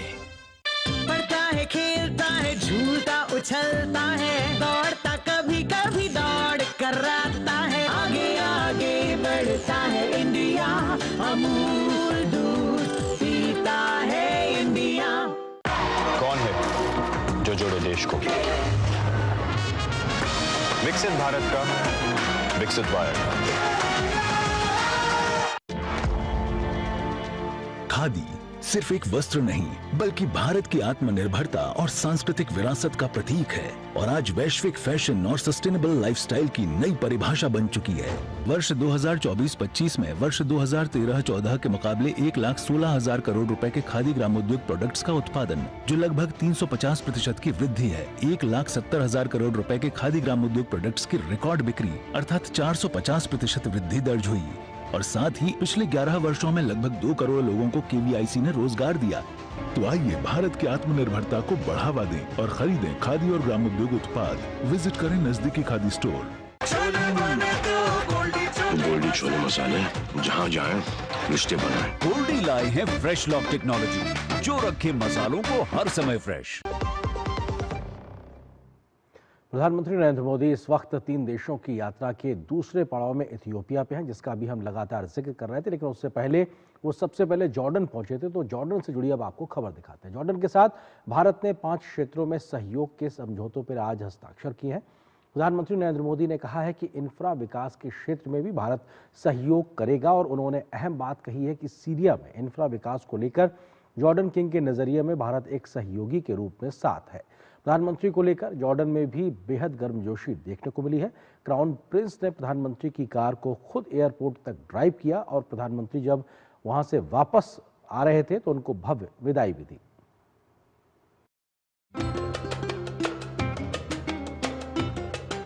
एक जमाना था जब गुजरात से पेट्रा के रास्ते यूरोप तक का व्यापार होता था। हमारी फ्यूचर प्रॉस्पेरिटी के लिए हम वो लिंक्स फिर से रिवाइव करेंगे। मैं जानता हूं कि बिजनेस की दुनिया में नंबर्स का महत्व होता है, लेकिन यहां हम सिर्फ नंबर्स गिनने नहीं आए, बल्कि हम लॉन्ग टर्म रिलेशनशिप बनाने आए हैं। ज्योग्राफी जॉर्डन की स्ट्रेंथ है और भारत के पास स्किल भी है और स्केल भी। जॉर्डन की राजधानी अम्मान में प्रधानमंत्री नरेंद्र मोदी का 2 दिनों का व्यस्त कार्यक्रम। इन सब के बीच गर्मजोशी के साथ उनका स्वागत, प्रवासी भारतीयों का उत्साह और जिस कार में प्रधानमंत्री मोदी अम्मान की यात्रा कर रहे थे उस कार को क्राउन प्रिंस अल हुसैन बिन अब्दुल्ला द्वितीय द्वारा खुद ड्राइव करना। ये सभी तस्वीरें सुनिश्चित कर रही हैं कि भारत और जॉर्डन के बीच द्विपक्षीय संबंधों को प्रगाढ़ बनाने की नई परिभाषा, नए आयाम बन रहे हैं। भारत आज जॉर्डन का तीसरा सबसे बड़ा ट्रेडिंग पार्टनर है। बिजनेस फोरम में किंग अब्दुल्ला द्वितीय के साथ प्रधानमंत्री मोदी ने शिरकत की। उन्होंने digital public infra, fintech, health take और एग्रीटेक जैसे क्षेत्रों में भारतीय स्टार्टअप के साथ मिलकर काम करने की बात कही। प्रधानमंत्री ने कहा कि भारतीय फार्मा कंपनियां जॉर्डन में और भारत में जॉर्डन की कंपनियां निवेश कर दुनिया के लिए विश्वसनीय सप्लाई चेन बना सकती हैं। भारत की ग्रोथ रेट 8% से ऊपर है। ये growth number productivity driven, governance और इनोवेशन ड्रिवन पॉलिसीज का नतीजा है। आज दुनिया को नए ग्रोथ इंजन चाहिए। दुनिया को एक ट्रस्टेड सप्लाई चेन की जरूरत है। भारत और जॉर्डन मिलकर दुनिया की इस जरूरत को पूरा करने में बड़ा रोल निभा सकते हैं। किंग अब्दुल्ला ने प्रधानमंत्री नरेंद्र मोदी के विजन और विकास के प्रति उनके आग्रह की सराहना की। India has witnessed great growth and we look forward to working with you all to take our economic partnership to further heights. With Jordan's strategic location and FTAs, and with India's economic power and advanced industries, we have the potential to build an economic corridor that links South Asia to the Middle East, Africa and Europe. Culture और heritage के क्षेत्र में आपसी संबंधों को मजबूत बनाने की ओर भी प्रधानमंत्री मोदी ने ध्यान आकर्षित किया। उन्होंने और इस वक्त इथियोपिया दौरे पर प्रधानमंत्री हैं और कुछ महत्वपूर्ण और हमारे पास में शॉट्स हैं, तस्वीरें आई हैं जो इस वक्त दोनों देशों के बीच में समझौते हुए हैं, समझौते ज्ञापन पर हस्ताक्षर हुए हैं। उसकी ये तस्वीरें प्रधानमंत्री नरेंद्र मोदी और इथियोपिया के प्रधानमंत्री की मौजूदगी में दोनों ही देशों के बीच में नेशनल पैलेस में ये एक तरीके से मुलाकात हुई है शिष्टमंडल स्तर की। उसके बाद में ये समझौता ज्ञापन के हस्ताक्षर होने के बाद में उनका आदान प्रदान किया गया है और ये निश्चित तौर से कुछ ही देर में ये जानकारी भी हमारे पास तक पहुंचेगी कि आखिर किन किन क्षेत्रों में दोनों ही देशों में समझौता ज्ञापन हुआ, उसका भी हम विस्तार से आप तक जिक्र करेंगे। लेकिन ये महत्वपूर्ण तस्वीरें इस वक्त आपके सामने भारत और इथियोपिया के शिष्टमंडल स्तर की बातचीत के बाद में दोनों नेताओं की मौजूदगी में समझौता ज्ञापन पर हस्ताक्षर किए तस्वीरें। दोनों ही देशों के प्रधानमंत्रियों ने खुशी जाहिर की है, ताली बजाई है और अपने आप में गर्मजोशी भरे इस माहौल के बीच में दोनों ही देश आगे बढ़ने को लेकर तत्पर नजर आ रहे हैं। भारत इथियोपिया के बीच MOUs का आदान प्रदान किया गया है, यानी कि समझौता ज्ञापन विभिन्न क्षेत्रों में किस तरह से अब आगे बढ़ा जाएगा, क्या सहमति बनी है, किस तरह से सहयोग में हम आगे बढ़ते नजर आएंगे, उन तमाम चीज़ों का जिक्र यहाँ पर साफ तौर से दिखाई पड़ता है और अपने आप में ये बेहद महत्वपूर्ण तस्वीरें। अब से कुछ देर पहले हमने देखा प्रधानमंत्री का अदीस अबाबा जो कि राजधानी है इथियोपिया की, वहाँ के नेशनल पैलेस में प्रधानमंत्री का बेहद गर्मजोशी के साथ सेरेमोनियल वेलकम किया गया। उनको गार्ड ऑफ ऑनर दिया गया, ट्राई सर्विसेज के माध्यम से हाईएस्ट ऑनर के तरीके से, सम्मान के तरीके से इसको देखा जाता है। और अब दोनों ही देशों के प्रधानमंत्रियों के बीच में शिष्टमंडल स्तर की बातचीत होने के बाद में समझौता ज्ञापन का हस्ताक्षर और उसका आदान प्रदान की ये तस्वीरें दोनों ही देशों के आपसी संबंधों को आगे बढ़ाने के लिहाज से बेहद महत्वपूर्ण अपने आप में ये तस्वीरें। प्रधानमंत्री का 2 दिन का दौरा है और आज पहला दिन प्रधानमंत्री के इस इथियोपिया दौरे का और अपने आप में जब प्रधानमंत्री पहुंचे हैं उसके बाद से लगातार हमने देखा गर्मजोशी के साथ प्रधानमंत्री का प्रोटोकॉल से इतर वहां के प्रधानमंत्री ने एयरपोर्ट पर स्वागत किया है। खुद अपनी गाड़ी को ड्राइव करते हुए वो प्रधानमंत्री को होटल तक लेकर पहुंचे और ये अपने आप बिल्कुल, और ये लगातार तस्वीरें हमारे पास में आ रही हैं और प्रधानमंत्री नेशनल पैलेस का जो म्यूजियम है वहाँ भी पहुँचे, वहाँ की तस्वीरें भी आपको दिखाते हैं कि जब प्रधानमंत्री वहाँ पहुँचे तो तमाम जो म्यूजियम में तमाम चीज़ें वहाँ पे मौजूद हैं उनका उन्होंने जानकारी हासिल की। इथियोपिया के प्रधानमंत्री उनके साथ मौजूद थे और तमाम चीज़ों का संग्रह जो संग्रहालय में किया गया है उनका जिक्र वहाँ पर साफ तौर से दिखाई पड़ रहा है और ख़ुद प्रधानमंत्री उत्सुकता के साथ में तमाम चीज़ों के बारे में जानकारी हासिल करते हुए।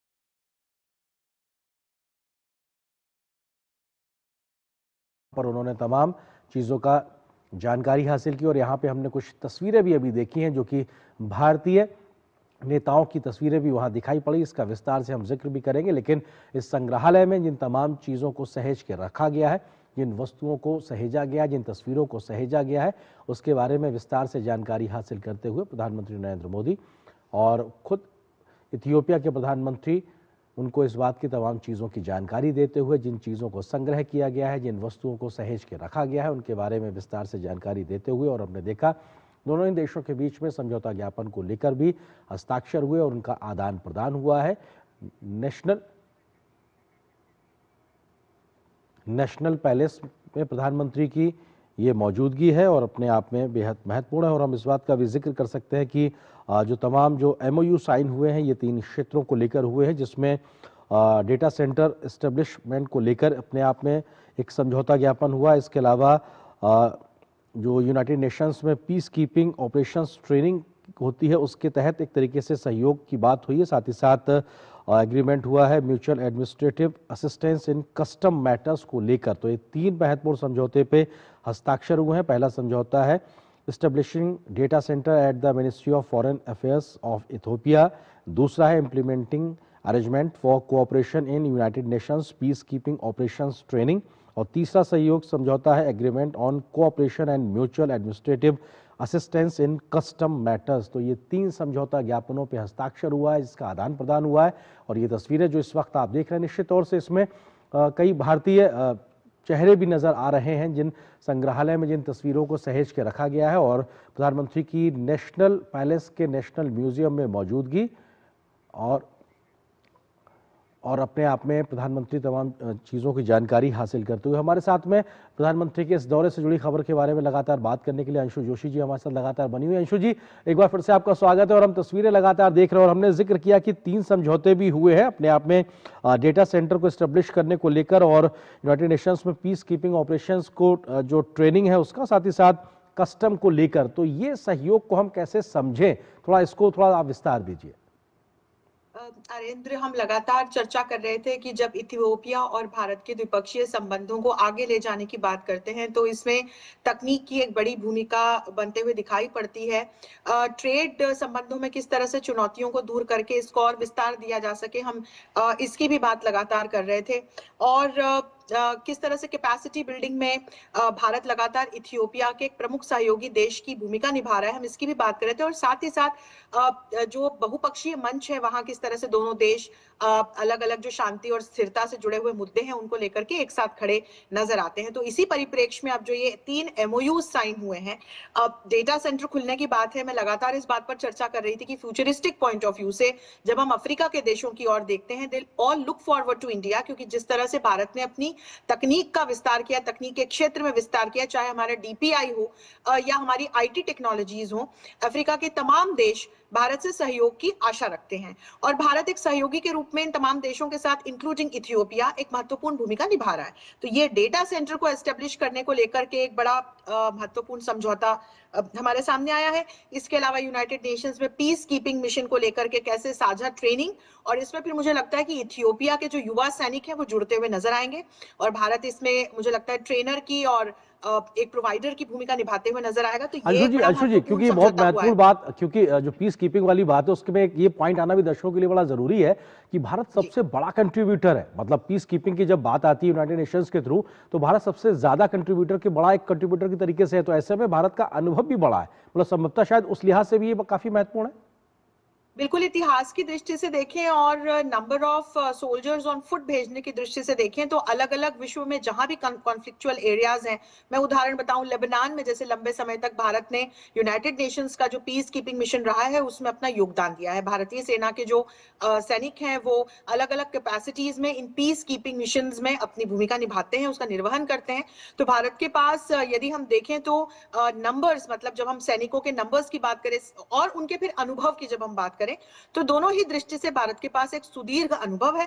और फिर जब भारत वैश्विक शांति और स्थिरता की बात करता है तो यूनाइटेड नेशंस का जो पीस कीपिंग मिशन है उसको भारत लंबे समय से अपना योगदान देता चला आ रहा है। और इसको लेकर के इथियोपिया के साथ जो हमको ये समझौता होता हुआ दिखाई पड़ रहा है, तो अलग अलग क्षेत्रों में किस तरह से जो मैं अभी समझ पा रही हूँ इथियोपिया के जो युवा सैनिक है या जो वहां की सैन्य शक्ति है उसको अपने साथ जोड़ करके मुझे लगता है कि भारत अपना योगदान देते हुए नजर आएगा। और तीसरा जो बड़ा महत्वपूर्ण समझौता है वो कस्टम मैटर्स को लेकर के हुआ है। तो हम ट्रेड रिलेशंस को आगे ले जाने की बात कर ही रहे थे आरेंद्र, और यहाँ पर फिर चीजों को सुगम बनाने और सरल बनाने के लिए ये एक महत्वपूर्ण समझौता हमारे सामने होता हुआ नजर आया है। और मुझे उम्मीद है कि शिक्षा के क्षेत्र में और कृषि और कैपेसिटी बिल्डिंग के क्षेत्र में हो सकता है कुछ और बातचीत हमारे सामने आए। जी, अभी जो हमने नेशनल पैलेस के नेशनल म्यूजियम की कुछ तस्वीरें देखी जहां पे प्रधानमंत्री गए हैं और इथियोपिया के प्रधानमंत्री उनको एक तरीके से विजिट करा रहे हैं, उनके साथ मौजूदगी है। शुरुआती जो तस्वीर में हमें कुछ भारतीय बड़े चेहरों की भी एक झलक दिखाई पड़ी है। सर्वपल्ली राधाकृष्णन की तस्वीर दिखाई पड़ती है, राजेंद्र बाबू की तस्वीर दिखाई पड़ रही है। उन चेहरों की, उन तस्वीरों की वहां पे मौजूदगी ये बड़ा कौतूहल पैदा करती है। थोड़ा अगर आप इसके बारे में कुछ विस्तार दे सके तो। बिल्कुल, हम लगातार चर्चा कर रहे थे आर्येंद्र की बहुत लंबे सिविलाइजेशनल कनेक्ट्स तो रहे ही हैं। मॉडर्न टाइम्स में जिस तरह से भारत ने अपनी भूमिका इथियोपिया का जो राजनीतिक इतिहास है इसमें निभाई है, और इसके अलावा मैं आपको ये बताऊं कि जिस तरह से भारतीय शिक्षकों ने वहां का जो डायस्पोरा है उसका एक बहुत बड़ा सेगमेंट जो है वो टीचर्स और प्रोफेसर्स का है, जो लगातार इथियोपिया का जो शिक्षा का क्षेत्र है उसको अपना योगदान देते हैं। वहां पर हमको डॉक्टर सर्वपल्ली राधाकृष्णन की तस्वीर दिखाई पड़ रही थी जब ये जो नेशनल म्यूजियम में हमारे प्रधानमंत्री वहां के प्रधानमंत्री के साथ घूमते हुए दिखाई पड़ रहे थे, और वो लगातार चर्चा भी कर रहे थे, पूछ भी रहे थे। तो शिक्षक दिवस का महत्व हम सभी जानते हैं। इथियोपिया में भारतीय शिक्षकों का एक बहुत बड़ा महत्व है। एम्बेसडर मंजू सेठ जी भी इसकी लगातार चर्चा कर रही थी, और यहाँ पर और भी मुझे लगता है कि ऐसी ऐतिहासिक तस्वीरें होंगी। तो यदि हम 19वीं शताब्दी की ओर जाएं और तब जो भारतीय यहाँ पर सेना का या भारतीय सैनिकों का ब्रिटिश शासन के दौरान एक इन्वॉल्वमेंट रहा जब इथियोपिया इटली के शासन से फ्री हुआ था, तो उस संदर्भ में भी मैं कहूंगी कि कुछ वहां पर तस्वीरें होंगी जो हम नहीं देख पाए हैं। और ये जो अभी हम 1947 के बाद के जो हमारे तमाम राष्ट्रपति और हमारे जो नेताओं की वहां तस्वीरें देख रहे हैं, तो ये एक साझा, जिसको मैं कहूं कि भरोसे का जिस तरह का रिश्ता है, और विशेषकर शिक्षा के क्षेत्र में जिस तरह का भारत का रिश्ता इथियोपिया के साथ रहा है, तो उसको मुझे लगता है कि ये तस्वीरें वहां रिफ्लेक्ट करती हैं। जी अंशु जी, क्योंकि पीस कीपिंग जो फोर्सेस हैं उनकी ट्रेनिंग को लेकर एक समझौता हुआ है, तो ये एक संदेश भी सीधे तौर पे देता है कि विश्व शांति या वैश्विक शांति को लेकर जो लगातार प्रयास किए जा रहे हैं, कन्फ्लिक्ट से समाधान की ओर, शांति की ओर, संवाद की ओर, और एक ऐसा समाधान का रास्ता जिसमें सबकी एक सहमति हो, वो संदेश भी दिखाई पड़ रहा है कि हाँ, दोनों देश मिलके ऐसी जगहों पे जहां पे भाई संघर्ष है हम मिलके काम करते हैं और शांति स्थापित करते हैं। तो ये भी एक बड़ा संदेश कह सकते हैं। बिल्कुल, ये आपने बिल्कुल सही बिंदु इस चर्चा में जोड़ा है आर्येंद्र। और जब वैश्विक शांति और स्थिरता की बात आती है तो भारत लगातार अलग अलग मंचों से इस बात को कहता चला आया है कि ये जो समय है वो युद्ध का नहीं है, ये समय कोलैबोरेट करके विकास करने का है। और इसको हम ग्लोबल साउथ के नजरिए से या साउथ साउथ के कोऑपरेशन के नजरिए से भी देख सकते हैं। एक और महत्वपूर्ण बिंदु ये कि यूनाइटेड नेशंस के पीस कीपिंग मिशन को, जिसपे कई जो देश हैं या कई लीडर्स हैं कई बार सवालिया निशान भी लगा देते हैं, लेकिन इसके रेलेवेंस को आज भी भारत जैसे देशों ने बनाए रखा है अपनी सैन्य सहायता प्रदान करके, अपने सैनिक प्रदान करके। और इथियोपिया इसमें जब जुड़ता हुआ नजर आ रहा है तो ये निश्चित तौर पर ये संदेश है कि विश्व के अलग अलग भागों में जहां जहां भी कॉन्फ्लिक्ट्स चल रहे हैं, जहां यूनाइटेड नेशंस अपना दखल या अपनी पीस कीपिंग फोर्सेस भेजता है, तो वहां पर भारत जैसे देश लगातार इन बहुपक्षीय मंचों को सुदृढ़ करने का काम करते हैं और वैश्विक शांति और सुरक्षा को अपना योगदान देते हैं। जी, डेटा सेंटर को लेकर जो एक MOU साइन हुआ है, इसका डिटेल आना तो अभी बाकी है, लेकिन डिजिटल एक ट्रांसफॉर्मेशन को लेकर जिसका जिक्र आपने भी किया था, भारत ने एक सफल कहानी के तौर पे अपनी विकास यात्रा को आगे बढ़ाया। लगभग एक दशक में हमने बहुत तरीके से उस तरक्की को दिखाया। कोविड के समय भी हमने अपनी डिजिटल यात्रा के माध्यम से उस प्रकार का परिवर्तन लाया जो आज देशों के लिए नजीर है। इतनी बड़ी आबादी के साथ में हमने वो किया। आपको लगता है कि भारत, आपने DPI का भी जिक्र किया, डिजिटल पब्लिक इंफ्रास्ट्रक्चर को लेकर, ये जो भारत की क्षमताएं हैं, महारत है, जो अपनी हमारी एक कैपेबिलिटीज हैं, उसको एक तरीके से हम इथियोपिया या फिर हम जब हम बात करते हैं अफ्रीका के देशों के साथ में मिलकर उस तरीके से तेजी से आगे बढ़ सकते हैं, उस नजरिए से समझा जाए भारत की इस महारत को, तो कैसे मददगार साबित हो सकती है, खासतौर से पूरे अफ्रीका कॉन्टिनेंट के लिहाज से? बिल्कुल, यदि हम अफ्रीका की ओर दृष्टिपात करें तो जितने भी देश है वो नेचुरल रिसोर्सेज में बड़े रिच हैं, उनके पास यूथ पॉपुलेशन भी है, अच्छी उनके पास संभावनाएं हैं, लेकिन इसके बावजूद जिस तरह के इंटरनल कॉन्फ्लिक्ट्स इन देशों ने देखे हैं, पॉलिटिकल इंस्टेबिलिटी की भी चुनौतियां झेली हैं, और तकनीक के क्षेत्र में हमने देखा कि अफ्रीका के देश हमको थोड़ा पीछे नजर आते हैं। और इसीलिए भारत जब ग्लोबल साउथ की आवाज को मुखर करने की बात करता है तो इन तमाम क्षेत्रों में इन अविकसित देशों को कैसे आगे ला सकते हैं, फंडिंग की और तकनीकी सहयोग की दृष्टि से हम इनकी सहायता कर सकते हैं। तो भारत सिर्फ कहता नहीं, करके भी दिखाता है। मैंने आपको बताया कि इथियोपिया को हमने $1 बिलियन से ज्यादा की लाइन ऑफ एड दे रखी है। रेलवे निर्माण की ओर देखें, सड़क निर्माण की ओर देखें, तकनीकी विकास की दृष्टि से हम इथियोपिया के एक बड़े सहयोगी देश हैं।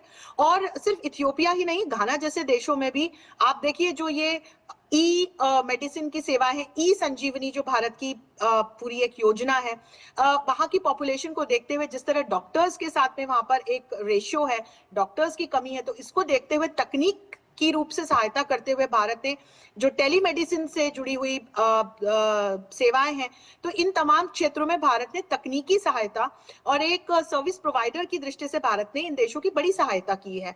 और ये जो डेटा सेंटर खुलने का अब ये MOU या ये घोषणा हम जो देख रहे हैं, मैं आपको लगातार कह रही थी कि तकनीक का क्षेत्र एक ऐसा क्षेत्र है जिसके साथ भारत अफ्रीका के इन देशों के साथ बहुत सुदृढ़ता के साथ आगे जुड़ेगा, क्योंकि भारत इन देशों का किसी प्रकार का एक्सप्लॉयटेशन करने की कोई मंशा नहीं रखता है। साथ में कैसे मिलके एक दूसरे की शक्तियों को लेवरेज करके हम आगे कैसे बढ़ सकते हैं।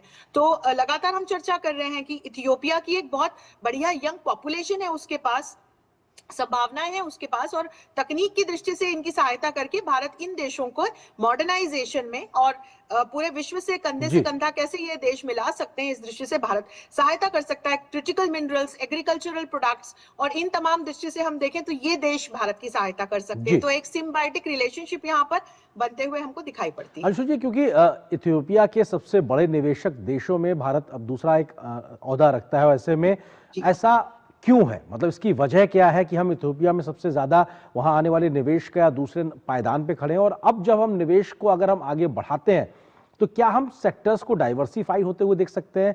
एनर्जी सिक्योरिटी की बात हो, फूड सिक्योरिटी की बात हो, रेयर अर्थ मिनरल्स को हम एक्सप्लोर करके विन विन सिचुएशन में कैसे उस दिशा में आगे बढ़े, क्योंकि आज वक्त की जरूरत है। आपको लगता है कि अगर हम उस दिशा में जब आगे बढ़ेंगे तो क्या एक डाइवर्सिफिकेशन हमको दिखाई पड़ता है? क्या वो संभावना?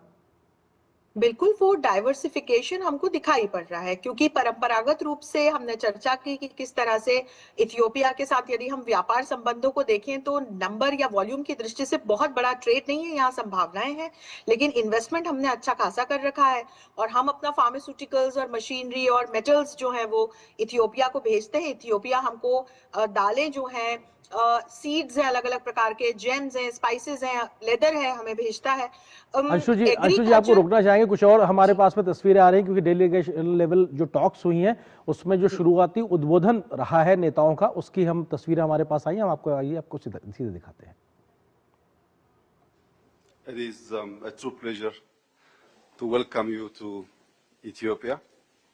Today we have decided to elevate our relationship from historic relationship to strategic relationship between Ethiopia and India. Our two countries share over thousands of years of connection through trade, diplomacy, education, culture, and even in our food and traditions. These ties continue to shape a deep friendship, collaboration, and mutual respect between our people. We also appreciate your consistent message that Africa's priorities must lead the partnership. These kinds of dignified, respectful message for Africa is very important, Mr. Prime Minister. Keep pushing. That is the type of message we're expecting from all our trusted friends. This aligns fully with Ethiopia's development path, and African-owned, African-led, and African-defined. Mr. Prime Minister, today we meet with a clear focus to shape a modern partnership grounded in sovereignty, self-reliance, and practical cooperation. Our cooperation is rooted in equality and South-South solidarity. We see strong alignment between our homegrown philosophy. Both countries emphasize national capacity, inclusive development, and partnership that respects independence. Mr. Prime Minister, our economy, Ethiopian economy, is performing strongly. Last year, we grew 9.2%, and this year we're expecting 10.3% GDP growth. Besides GDP growth, our FDI inflow is also rising big time, and India is a leading source for our FDI. We have more than 615 Indian companies which is investing in Ethiopia. This all gives our cooperation a strong foundation of trust. I think our decision today that we elevate our historic relationship to strategic relationship is the right decision. Mr. Prime Minister, it's a great joy to have you here in Ethiopia. Thank you very much for visiting us. I hope in the next session we're going to discuss some specific issues. Thank you, Mr. Prime Minister. Excellency, my brother, my friend, Ethiopia की यात्रा करके सच में मुझे बहुत खुशी हो रही है।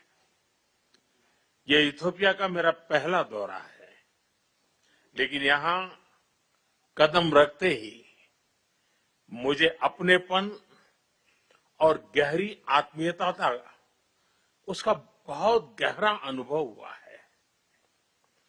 भारत और इथोपिया के बीच हजारों वर्षों से निरंतर संपर्क, संवाद और आदान प्रदान होता रहा है। अनेक भाषाओं और समृद्ध परंपराओं से संपन्न हमारे दोनों देश विविधता में एकता का प्रतीक है।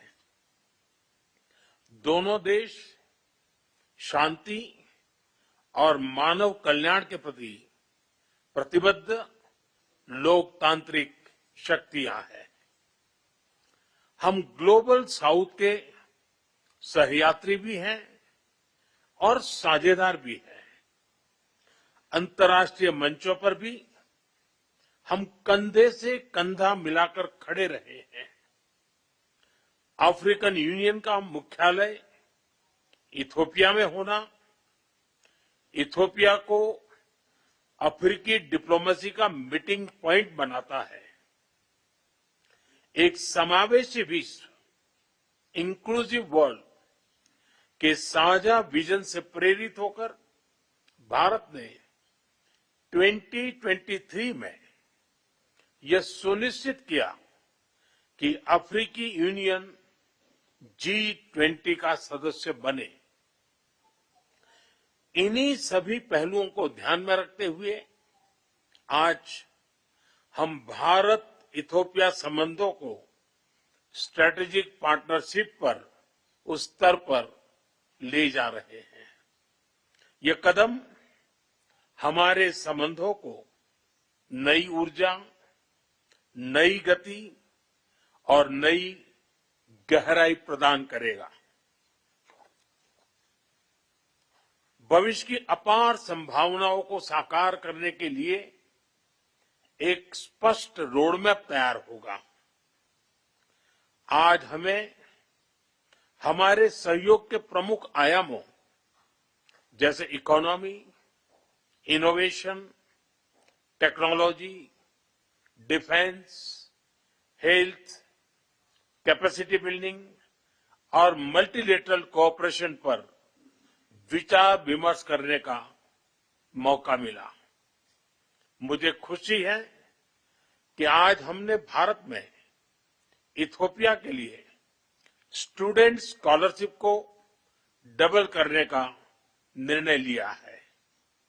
एक्सेलेंसी, पहलगाम आतंकी हमले पर आपकी संवेदनाओं और आतंकवाद के विरुद्ध हमारी लड़ाई में आपके समर्थन के लिए आपका बहुत बहुत आभार। और आतंकवाद के खिलाफ हमारी लड़ाई में मित्र देशों का साथ होना ये बहुत ही मायने रखता है। एक बार फिर मैं आपका, मेरा और मेरे डेलीगेशन का इतना भव्य स्वागत करने के लिए हृदय से बहुत बहुत आभार व्यक्त करता हूं। तो ये अपने आप में आपने सुना प्रधानमंत्री नरेंद्र मोदी का शुरुआती उद्बोधन जब डेलीगेशन लेवल टॉक्स हुई यानी शिष्टमंडल स्तर की बातचीत हुई है तो प्रधानमंत्री ने साफ तौर से कहा कि उनका पहला दौरा है, लेकिन पहली बार आते ही यहाँ पर उन्हें बहुत अपनापन लगा है और एक तरीके से आत्मीयता का अनुभव हुआ है। हजारों वर्षों का जो दोनों देशों का जुड़ाव है उसका जिक्र भी प्रधानमंत्री ने किया। उन्होंने कहा कि शांति, मानवता के प्रति प्रतिबद्ध हैं दोनों ही देश और लोकतांत्रिक शक्तियों के तरीके से हम उसमें विश्वास रखने वाले देश की तरह काम कर रहे हैं। ग्लोबल साउथ के हम एक तरीके से साझेदार भी हैं और कई ग्लोबल मंच पे हम एक साथ मिलकर काम कर रहे हैं। प्रधानमंत्री ने इस बात का जिक्र किया कि इथियोपिया में अफ्रीकन यूनियन का मुख्यालय होना अपने आप में उसको डिप्लोमेटिक कैपिटल के तौर पे दर्शाता है। साथ ही साथ 2023 में भारत की G20 की अध्यक्षता में अफ्रीकन यूनियन का उसका G20 का सदस्य बनना, उस दिशा में भी प्रधानमंत्री ने जिक्र किया। और साफ तौर से आज प्रधानमंत्री ने इस बात का भी जिक्र किया है कि भारत और इथियोपिया अपने जो संबंध है उसको रणनीतिक स्तर पर ले जाने के लिए सहमत हुए, यानी कि जो स्ट्रेटेजिक पार्टनरशिप है वो यहाँ से अब शुरू होगी। जो अभी तक राजनयिक संबंध थे, राजनीतिक संबंध थे, उसको अब स्ट्रेटेजिक लेवल पर इनहेंस करने को, आगे बढ़ाने को, ले जाने को लेकर सहमति बनी है। तो ये अपने आप में एक बड़ी खबर है और नई ऊर्जा और गति प्रदान करेगी ये समझ दोनों देशों के बीच में। सीधे तौर पे तमाम क्षेत्रों का जिक्र किया और पहलगाम आतंकी हमले को लेकर जिस प्रकार की संवेदनाएं इथियोपिया ने जताई थी उसका भी जिक्र प्रधानमंत्री ने किया, धन्यवाद दिया और कहा कि आतंकवाद के खिलाफ जो हमारी लड़ाई है उसमें आपका सहयोग के लिए भी एक प्रकार से धन्यवाद उन्होंने दिया है। अंशु जोशी जी हमारे साथ लगातार बनी हुई। अंशु जी, दो महत्वपूर्ण चीजें क्योंकि साफ तौर पर आती हैं कि यहाँ पे एक तो स्ट्रेटेजिक पार्टनरशिप को लेकर सहमति बनती नजर आ रही है, दूसरी आतंकवाद जैसे मसले पर जो भारत की लड़ाई है उसमें जो सहयोग है इथियोपिया का वो साफ तौर पे दिखाई पड़ रहा है। इन दो बातों को मुख्य तौर पर अगर समझने की कोशिश करें, कैसे समझा जाए इसको? बिल्कुल, लगातार इन बिंदुओं की चर्चा आज हम कर रहे थे आर्येंद्र, और ये देखना सुखद रहा कि हमारे माननीय प्रधानमंत्री ने जब अपना उद्बोधन रखा तो इन दो बिंदुओं पर उन्होंने विशेष फोकस किया। और बिल्कुल न सिर्फ द्विपक्षीय स्तर पर, यदि हम इस बात को मैंने भी कहा था कि यदि हम इथियोपिया को डिप्लोमेटिक कैपिटल या हब कहें अफ्रीका का तो कोई बहुत अतिशयोक्ति नहीं होगी, ऐसा माना जाता है। तो इथियोपिया के साथ इथियोपिया के प्रधानमंत्री ने जिस प्रकार से अपने उद्बोधन में कहा कि बायलैटरल रिलेशनशिप को स्ट्रेटेजिक पार्टनरशिप के रूप में अब परिणत कर रहे हैं। तो ये बहुत महत्वपूर्ण उद्घोषणा है। जब कोई भी दो देश अपने कूटनीतिक संबंधों को एक स्टेप आगे यानी कि सामरिक संबंधों या स्ट्रेटेजिक पार्टनरशिप में परिणत करते हैं, तो वहां पर फिर आपसी जो रक्षा क्षेत्र का सहयोग है, ऊर्जा क्षेत्र का सहयोग है, और इस प्रकार के जो राष्ट्रीय दोनों ही देशों के हित जो सामरिक बिंदुओं से जुड़े हुए हैं, वहां पर दो देश साथ में मिलकर के काम करते हैं। तो यदि भारत इथियोपिया के संबंधों की ओर देखें तो व्यापार का क्षेत्र, तकनीक का क्षेत्र, रक्षा का क्षेत्र, और रक्षा के क्षेत्र में फिर आतंकवाद के खिलाफ लड़ाई की जो बात आ जाती है और तकनीकी सहयोग, ये बहुत महत्वपूर्ण बिंदु हमारे सामने आते हैं। और दूसरा इसमें महत्वपूर्ण बिंदु आतंकवाद के खिलाफ लड़ाई में, इस बात को मैं लगातार कह रही थी कि इथियोपिया एक सहयोगी देश के रूप में हमारे साथ खड़ा रहा है। पहलगाम अटैक के बाद जिस तरह से कंडेम किया टेररिस्ट अटैक को, और अब पीस कीपिंग मिशन का जो ये रिलेटेड एमओयू है, भारत ने 50 से भी ज्यादा पीस कीपिंग मिशंस को अब तक अपना योगदान दिया है। और इसमें अब इथियोपिया का जुड़ना यानी कि ये कमिटमेंट है कि वैश्विक शांति और स्थिरता के लिए और विशेषकर आतंकवाद के खिलाफ लड़ाई के लिए कटिबद्ध होकर के भारत के साथ खड़ा है। तो न सिर्फ ये द्विपक्षीय स्तर पर, फिर as a face of Africa में देखती हूँ कि अफ्रीकन पूरे एक रीजनल लेवल पर हम एक इस महत्वपूर्ण बिंदु पर तमाम देशों को भारत के साथ जुड़ते हुए देख सकते हैं। आर्य बिल्कुल अंशु जी, क्योंकि प्रधानमंत्री ने जब जिक्र किया, इस बात का भी जिक्र उन्होंने किया कि जिन सेक्टर्स में लगातार बात हुई है उसमें वो डिफेंस की जिक्र भी कर रहे हैं। तो आपने भी कहा कि डिफेंस कोऑपरेशन, क्योंकि जब स्ट्रेटेजिक एक कोऑपरेशन होता है तो हमारी एक जो रणनीतिक समझ है कि हम एक दूसरे के जो हित हैं उसको साधते हुए आगे बढ़ते हैं। आतंकवाद के खिलाफ लड़ाई में हम एक दूसरे के साथ आगे बढ़ते नजर आते हैं। तो डिफेंस कोऑपरेशन का बात होना और इस दिशा में आगे बढ़ने को लेकर यहाँ पे क्या संभावनाएं खुलती नजर आती हैं? बिल्कुल, यदि हम दोनों ही देशों के रक्षा सहयोग की बात करें तो अभी तक हमारा विशेष करके जो बल रहा है वो व्यापार के क्षेत्र में या शिक्षा के क्षेत्र में रहा, लेकिन अब हम देख रहे हैं कि धीरे धीरे किस तरह से रक्षा सहयोग के क्षेत्र में भारत और इथियोपिया की जो साझेदारी है, जो ये समझदारी है, इसको हम एक नेक्स्ट लेवल पर जाते हुए देख रहे हैं।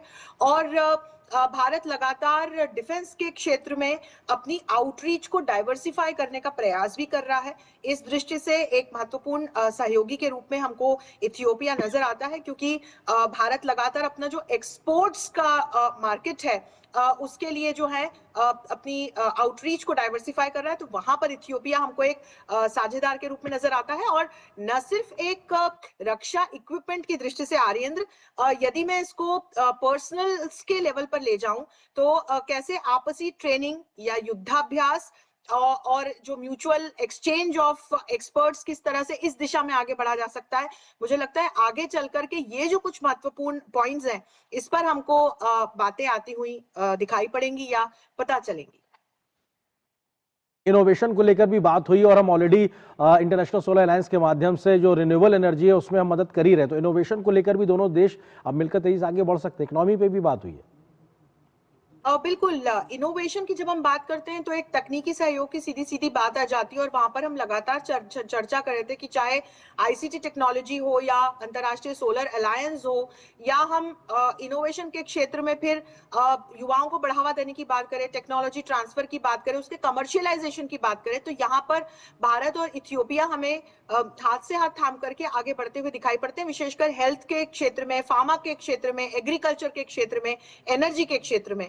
और टेक्नोलॉजिकल नो हाउ जो है इसको जानने में भारत इथियोपिया की लगातार सहायता कर रहा है, कैपेसिटी बिल्डिंग के, एनर्जी सहयोग के क्षेत्र में, और कैसे शिक्षा के माध्यम से, तो जो टेक्निकल एजुकेशन है, स्कॉलरशिप्स प्रोवाइड करके, एक्सचेंजेस के माध्यम से, ट्रेनिंग के माध्यम से कैसे इसको बढ़ावा दिया जा सकता है, इसकी भी बात मुझे लगता है हमारे सामने आएगी। बहुत शुक्रिया अंशु जी इस विषय पे विस्तार से बात करने के लिए। निश्चित तौर से भारत और इथियोपिया के संबंधों को विस्तार देने के लिए आपका जो विश्लेषण था बेहद महत्वपूर्ण था। बहुत शुक्रिया आपका। और यहाँ से कुछ और महत्वपूर्ण खबरों की ओर रुख करते हैं जो कि आज संसद की कार्रवाई से जुड़ी हुई है। लोकसभा में आज मनरेगा की जगह नई योजना लाने पर बिल पेश किया गया तो विपक्ष का जमकर हंगामा भी देखने को मिला।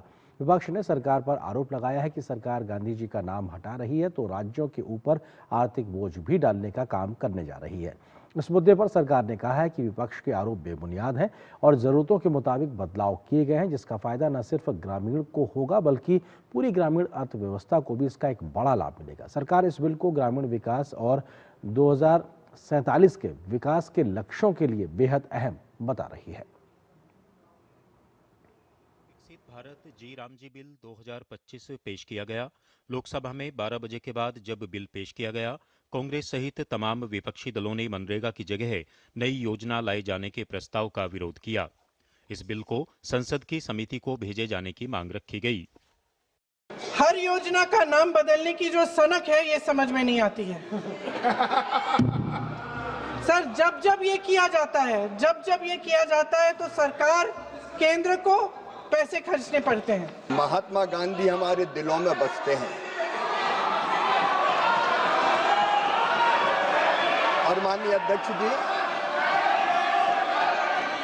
महात्मा गांधी जी का, पंडित दीनदयाल जी का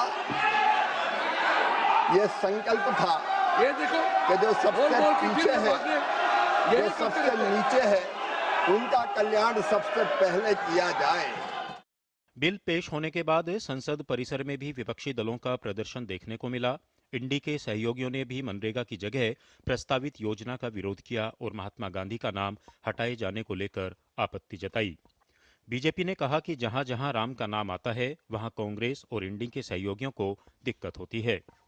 लगातार बिल दर बिल, अधिनियम दर अधिनियम, बजट दर बजट लगातार प्रदेशों पर वजन बढ़ाया जा रहा है। केंद्र सरकार अपना वजन हल्का करती जा रही है, जिम्मेदारी घटाती जा रही है।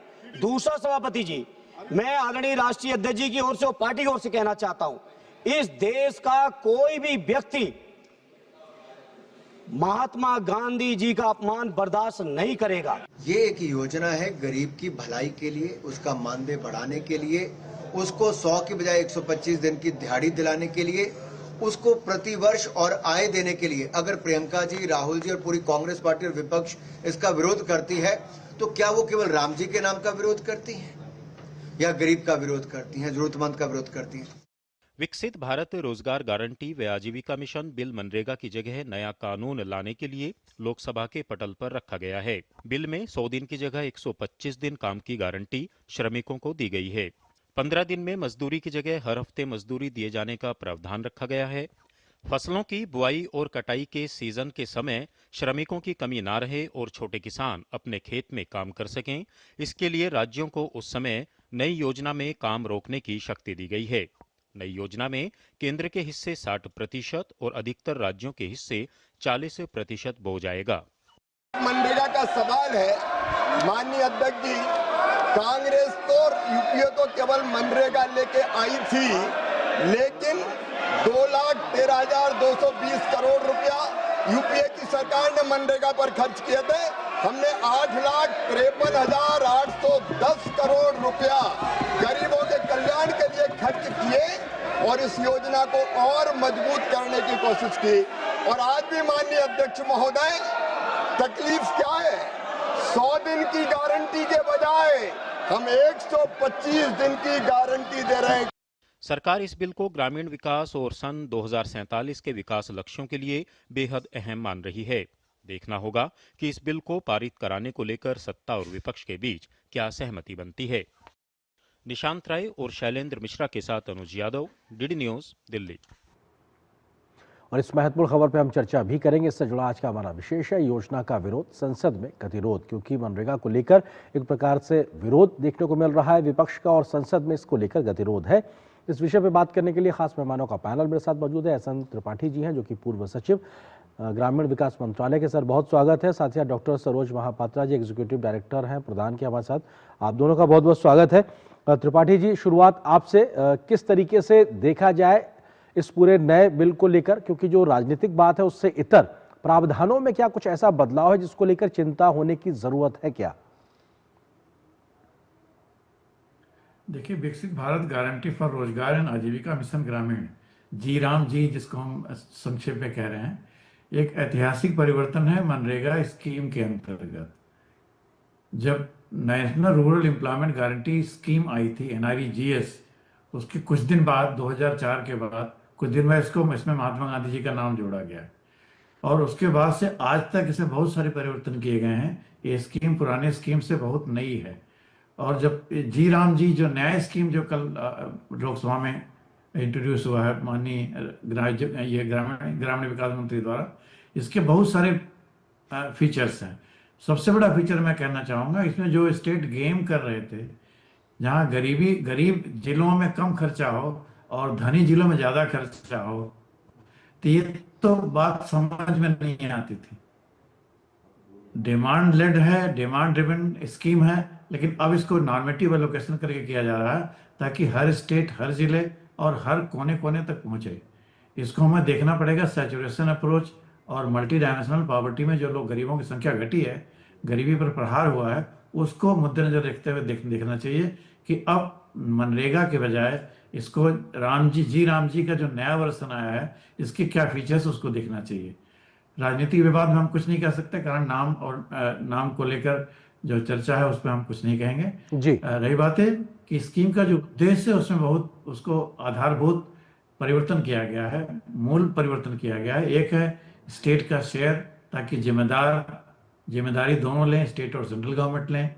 थोड़ा पैसा स्टेट को ज़्यादा लगाना पड़ेगा, लेकिन रोजगार देना राज्य और केंद्र सरकार दोनों की जिम्मेदारी है। इसमें टेक्नोलॉजी पर बहुत जोर दिया गया है। डिजिटल पेमेंट जब ये शुरू हुआ था तब 0% था, पिछले साल तक के 98-99% तक पहुंच चुका है। इसमें डिजिटल सबसे बड़ा योगदान इसमें डिजिटल का होगा कि ताकि पारदर्शिता और आए डिजिटल पेमेंट के जरिए में। और सबसे बड़ा जो आप जैसे आपने अपने उसमें बताया कि 100 दिन से इसको 125 दिन बनाया गया है, तो ये भी एक इसका बहुत पॉजिटिव फीचर्स है। बिल्कुल महापात्रा जी, क्योंकि अगर जी सर तो सबसे अच्छा लगता है कि 4 एरियाज में जी जो कृषि को लेकर है, कृषि और मजदूर दोनों में समन्वय स्थापित किया गया है। जब कृषि को मजदूर चाहिए तो मजदूर मिलने चाहिए, जब मजदूर को रोजगार चाहिए तब उसे रोजगार मिले। एक आर्टिफिशियल डिस्ट्रिक्शन था कि जब चाहे जहां चाहे जिधर चाहे उधर शुरू कर सकते हैं। सरकार ने इसमें 60 दिन का प्रतिबंध लगाया है कि 60 दिन कम से कम राज्य सरकार अपनी इच्छा के अनुसार उनके एग्रीकल्चर पैटर्न के हिसाब से उसे प्रतिबंधित एरिया घोषित करें। बिल्कुल सर, आप जो बात ये कह रहे हैं, क्योंकि इसी बात को लगातार कहा गया है कि एक जो लगभग 2 दशक का सफर हो गया, 2005 में शुरुआत हुई, कई जो व्यवहारिक दिक्कतें समस्याएं समय समय पर चेंज होती रही, लेकिन अभी भी उसमें एक बड़े बदलाव की जरूरत थी।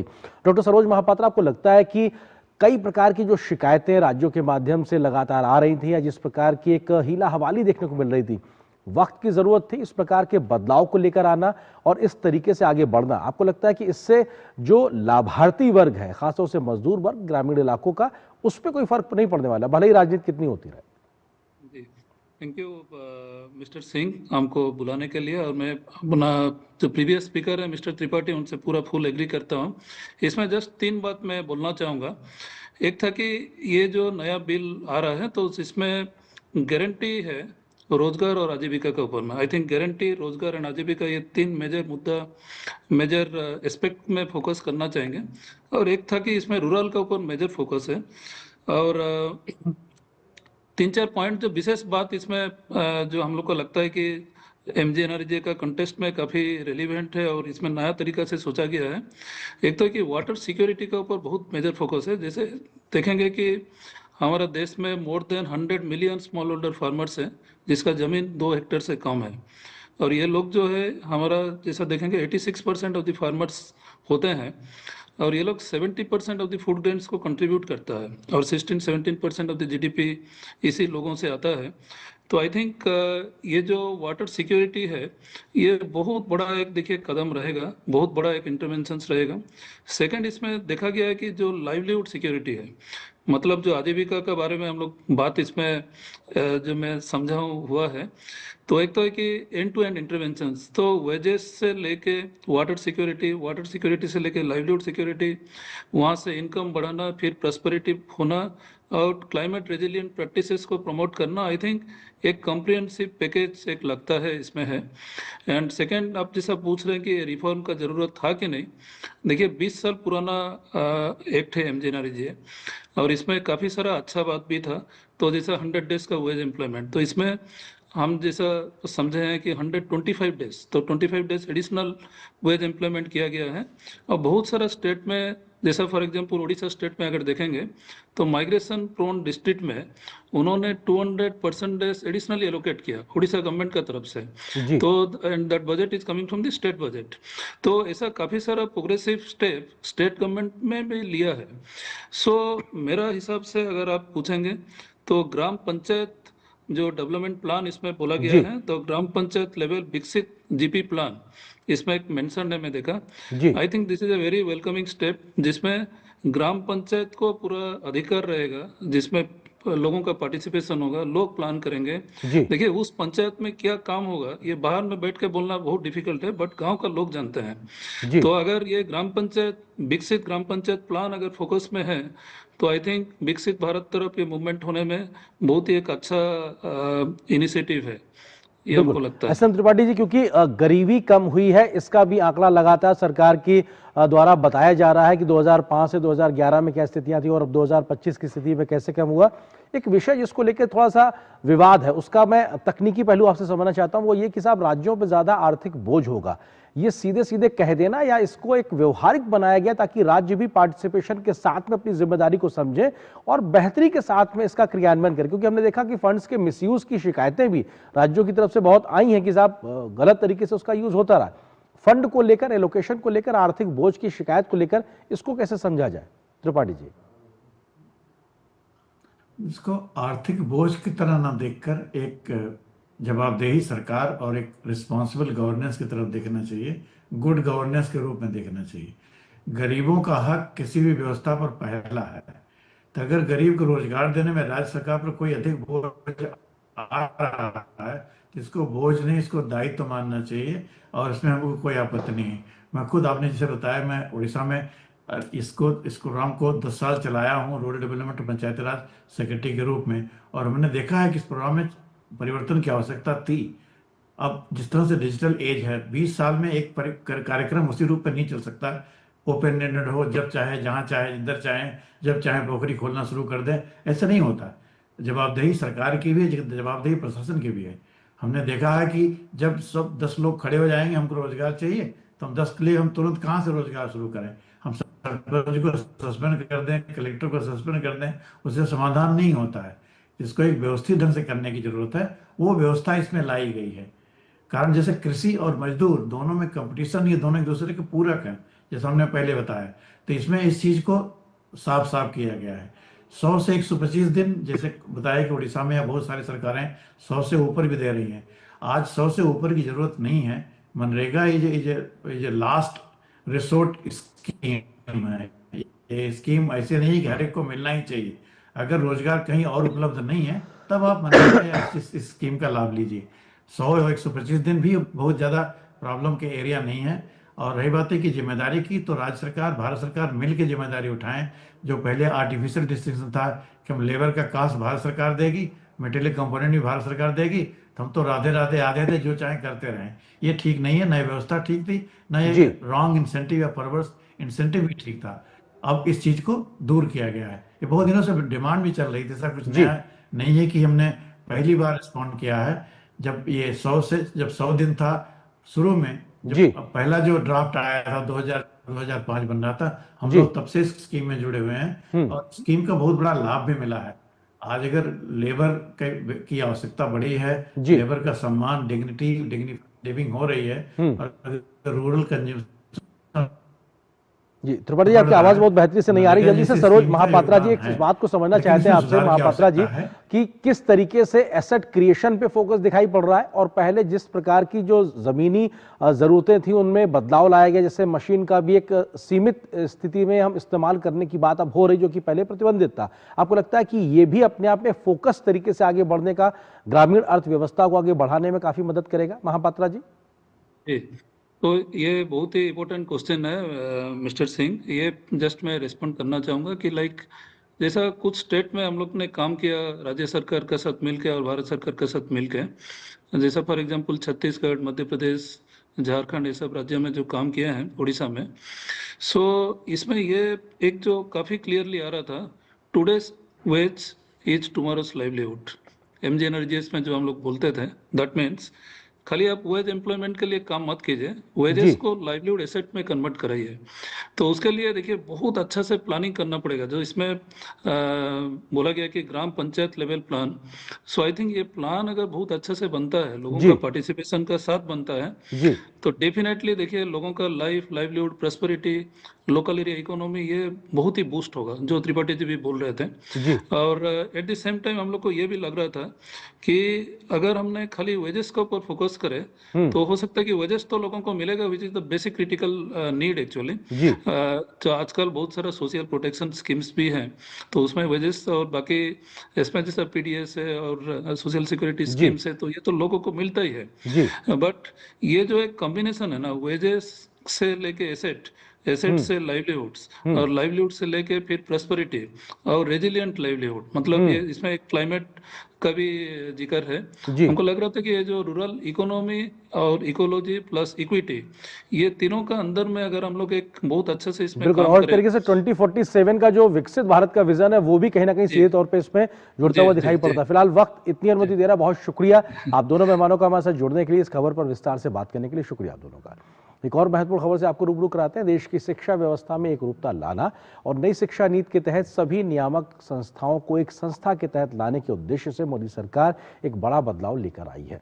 विकसित भारत शिक्षा अधिष्ठान विधेयक 2025 संसद में पेश किया गया है, जिसके तहत यूजीसी, एआईसीटी और एनसीटीई के अंतर्गत आने वाले सभी संस्थान विकसित भारत शिक्षा अधिष्ठान के अंतर्गत ही अब आएंगे।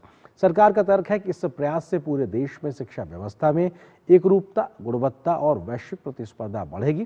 संस्थानों को पारदर्शिता और गुणवत्ता के आधार पर स्वायत्तता के तौर पर बढ़ने के लिए प्रोत्साहित करने का मौका भी काफी ज्यादा मिलता नजर आएगा।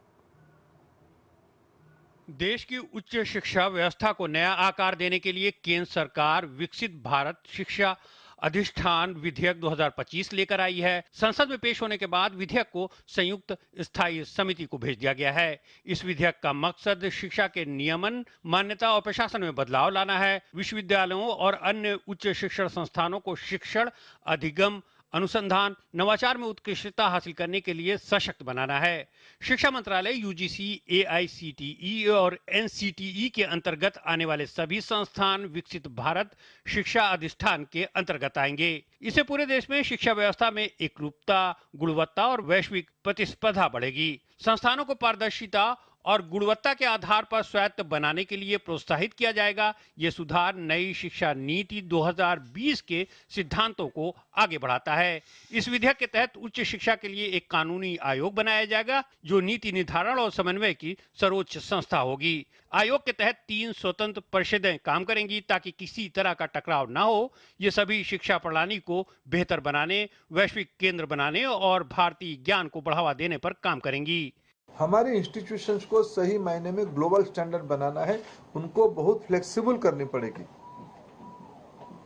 उनको बहुत ऑटोनॉमी देनी पड़ेगी। ये हम तब कर पाएंगे अगर हमारे पास उस प्रकार की कानूनी प्रबंधन होगी। नियामक परिषद उच्च शिक्षा की निगरानी करेगी। ये संस्थानों के प्रशासन, वित्तीय पारदर्शिता, शिकायत निवारण और शिक्षा के व्यवसायीकरण को रोकने का काम करेगी। एक बार आपको फिर से ले चलते हैं इथियोपिया, जहां प्रधानमंत्री नरेंद्र मोदी इस वक्त वहां दौरे पे पहुंचे। कुछ और तस्वीरें आ रही हैं, वहां से इन तस्वीरों को दिखाते हैं। प्रधानमंत्री नरेंद्र मोदी और इथियोपिया के प्रधानमंत्री के बीच में जो आपस में बातचीत हुई है, एक तरीके से नेताओं के बीच में, ना कि शिष्टमंडल स्तर पे, उससे पहले जो बातचीत हुई उसकी ये तस्वीरें हैं। दोनों ही नेता एक दूसरे के साथ मुलाकात करते हुए, बात करते हुए, और इस प्रकार की जो बातचीत होती है उसमें कोई एक बृहद एजेंडा तय नहीं होता। दोनों ही नेता एक तरीके से आपस में तमाम विषयों पर विस्तार से अपनी समझ को डेवलप करते हैं, बात करते हैं। उसके बाद में जब हमने देखा कि शिष्टमंडल स्तर की बातचीत होती है, उसमें एक बड़ा बृहद एजेंडा के तहत बात होती है, देशों के सहयोग को लेकर आगे बढ़ने पर विस्तार से बात होती है। लेकिन यहाँ पर दोनों ही नेता, प्रधानमंत्री मोदी और इथियोपिया के प्रधानमंत्री के बीच में आपसी जो एक पर एक मुलाकात है, उसकी ये तस्वीरें। खुश मिजाज चेहरों के साथ में दोनों ही नेता एक दूसरे के साथ मिले, गर्मजोशी से स्वागत करते हुए, शेक हैंड करते हुए, और चेहरे पे मुस्कान और के भाव साफ तौर से नजर आ रहे हैं। तो ये तस्वीरें अपने आप में बेहद महत्वपूर्ण।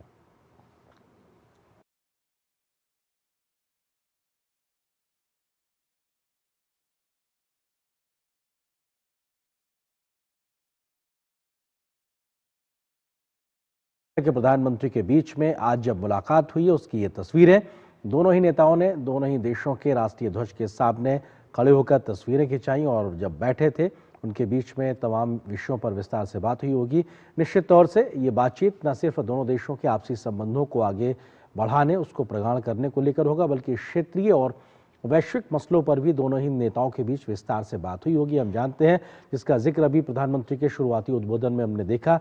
उन्होंने वैश्विक शांति की बात की है, उन्होंने आतंकवाद के खिलाफ लड़ाई में साझा सहयोग की बात की है, अर्थव्यवस्था में कैसे आगे बढ़ा जाए, साथ ही साथ इकोनॉमी, इनोवेशन, डिफेंस के साथ साथ हेल्थ और इंफ्रास्ट्रक्चर को लेकर कैसे तेजी से काम हो सकता है, उस दिशा में आगे बढ़ने को लेकर बातचीत हुई है।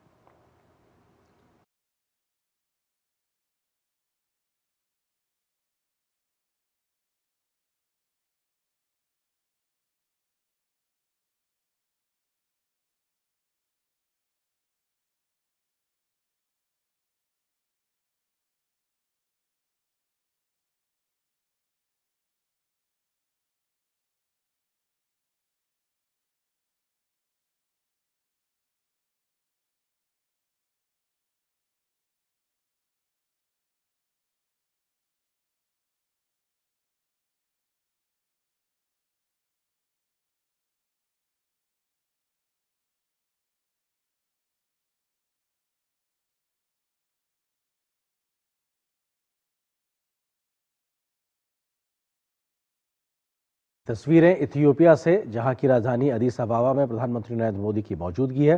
3 देशों की यात्रा के दूसरे पड़ाव इथियोपिया में प्रधानमंत्री पहुंचे हुए हैं। इस वक्त इथियोपिया के प्रधानमंत्री के साथ उनकी ये मुलाकात की तस्वीरें, 1-on-1 मीटिंग जब हुई है दोनों ही नेताओं के बीच में, गर्मजोशी के साथ में शेक हैंड और चेहरे के भाव इस बात को दर्शाते हैं कि दोनों देश आगे मिलकर बढ़ने को तत्पर और तैयार नजर आ रहे हैं। और हमने देखा प्रधानमंत्री के शुरुआती उद्बोधन में भी जो जिक्र दिखाई पड़ा है वो सीधे तौर पे इस बात को इशारा करता है कि कैसे दोनों देश मिलकर आगे बढ़ने को तैयार हैं। 3 समझौता ज्ञापन के हस्ताक्षर होने के बाद उनका आदान प्रदान हुआ है और प्रधानमंत्री ने जिन तमाम क्षेत्रों का जिक्र किया उसमें कोऑपरेशन को आगे बढ़ाने की बात हुई है। साथ ही साथ जो हमारे आपसी संबंध है उसको रणनीतिक साझेदारी में तब्दील करने की बात भी दोनों देशों के नेताओं ने सहमति के तौर पर कही है। न्यूज़ नाइट के अंत में आपको छोड़ जाते हैं कुछ और राष्ट्रीय महत्व की खबरों के साथ। फटाफट अंदाज में आप देखिए इन खबरों को। मुझे दीजिए अनुमति। नमस्कार।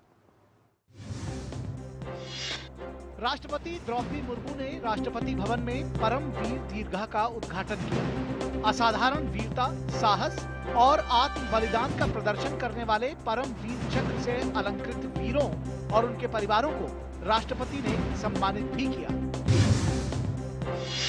रक्षा मंत्री राजनाथ सिंह ने देश भर में 17 लाख एकड़ से अधिक रक्षा भूमि के प्रबंधन में रक्षा संपदा की महत्वपूर्ण भूमिका की सराहना की। उन्होंने कहा कि ये जिम्मेदारी साधारण नहीं है, क्योंकि रक्षा भूमि भारत की रक्षा व्यवस्था की नींव है। केंद्रीय मंत्री ने आज नई दिल्ली में रक्षा संपदा दिवस समारोह के दौरान ये बात कही। विदेश मंत्री डॉक्टर एस जयशंकर ने अबू धाबी में 16वें ज्वाइंट कमीशन और 5वें स्ट्रेटेजिक डायलॉग की सह अध्यक्षता की। इस दौरान दोनों देशों ने कॉम्प्रिहेंसिव स्ट्रेटेजिक पार्टनरशिप के सभी पहलुओं की समीक्षा की। द्विपक्षीय व्यापार, निवेश और डिजिटल कनेक्टिविटी में महत्वपूर्ण वृद्धि पर भी जोर दिया गया। नेशनल हेराल्ड मामले में दिल्ली के राउज एवेन्यू कोर्ट ने सोनिया गांधी, राहुल गांधी व अन्य के खिलाफ दायर ईडी की शिकायत को खारिज कर दिया है। स्पेशल कोर्ट ने ईडी की ओर से दायर आरोप पत्र का संज्ञान लेने से इनकार कर दिया। कोर्ट ने कहा कि पीएमएलए कानून के तहत किसी मामले में कोर्ट द्वारा आरोप पत्र का संज्ञान लेने से पहले एफआईआर दर्ज किए जाने की कानूनी बाध्यता है। नेशनल हेराल्ड मामले में दिल्ली पुलिस की आर्थिक अपराध शाखा की जांच के मामले में कोर्ट ने आदेश देते हुए कहा कि आर्थिक अपराध शाखा की तरफ से दर्ज एफआईआर की कॉपी सोनिया गांधी और राहुल गांधी को नहीं मिलेगी। हालांकि कोर्ट ने कहा कि एफआईआर से जुड़ी जानकारी आरोपियों को दी जा सकती है। भाजपा के नवनियुक्त राष्ट्रीय कार्यकारी अध्यक्ष नितिन नवीन ने नई दिल्ली में गृह मंत्री अमित शाह से मुलाकात की। इस दौरान गृह मंत्री ने नितिन नवीन को उनके सफल कार्यकाल के लिए शुभकामनाएं दी। दोनों नेताओं के बीच पार्टी के बेहतर भविष्य को लेकर चर्चा की गई। भारत ने सेमीकंडक्टर के क्षेत्र में एक बड़ी उपलब्धि हासिल की है। सीडैक ने देश का पूरी तरह स्वदेशी माइक्रो प्रोसेसर ध्रुव 64 लॉन्च किया है। ये प्रोसेसर 5G नेटवर्क, गाड़ियों के इलेक्ट्रॉनिक सिस्टम, घरेलू इलेक्ट्रॉनिक सामान, फैक्ट्रियों की मशीनें जैसी क्षेत्रों में इस्तेमाल किया जा सकता है। महाराष्ट्र सरकार ने स्कूलों में शारीरिक और मानसिक दंड पर पूर्ण प्रतिबंध लगा दिया है। शिक्षकों, प्रधानाध्यापकों के साथ अस्थायी या संविदा कर्मचारियों को भी किसी भी परिस्थिति में विद्यार्थियों को दंडित करने की अनुमति नहीं है। प्रतिबंध का उल्लंघन करने पर RTE, पॉक्सो और किशोर न्याय अधिनियम के तहत कड़ी कार्रवाई की जाएगी।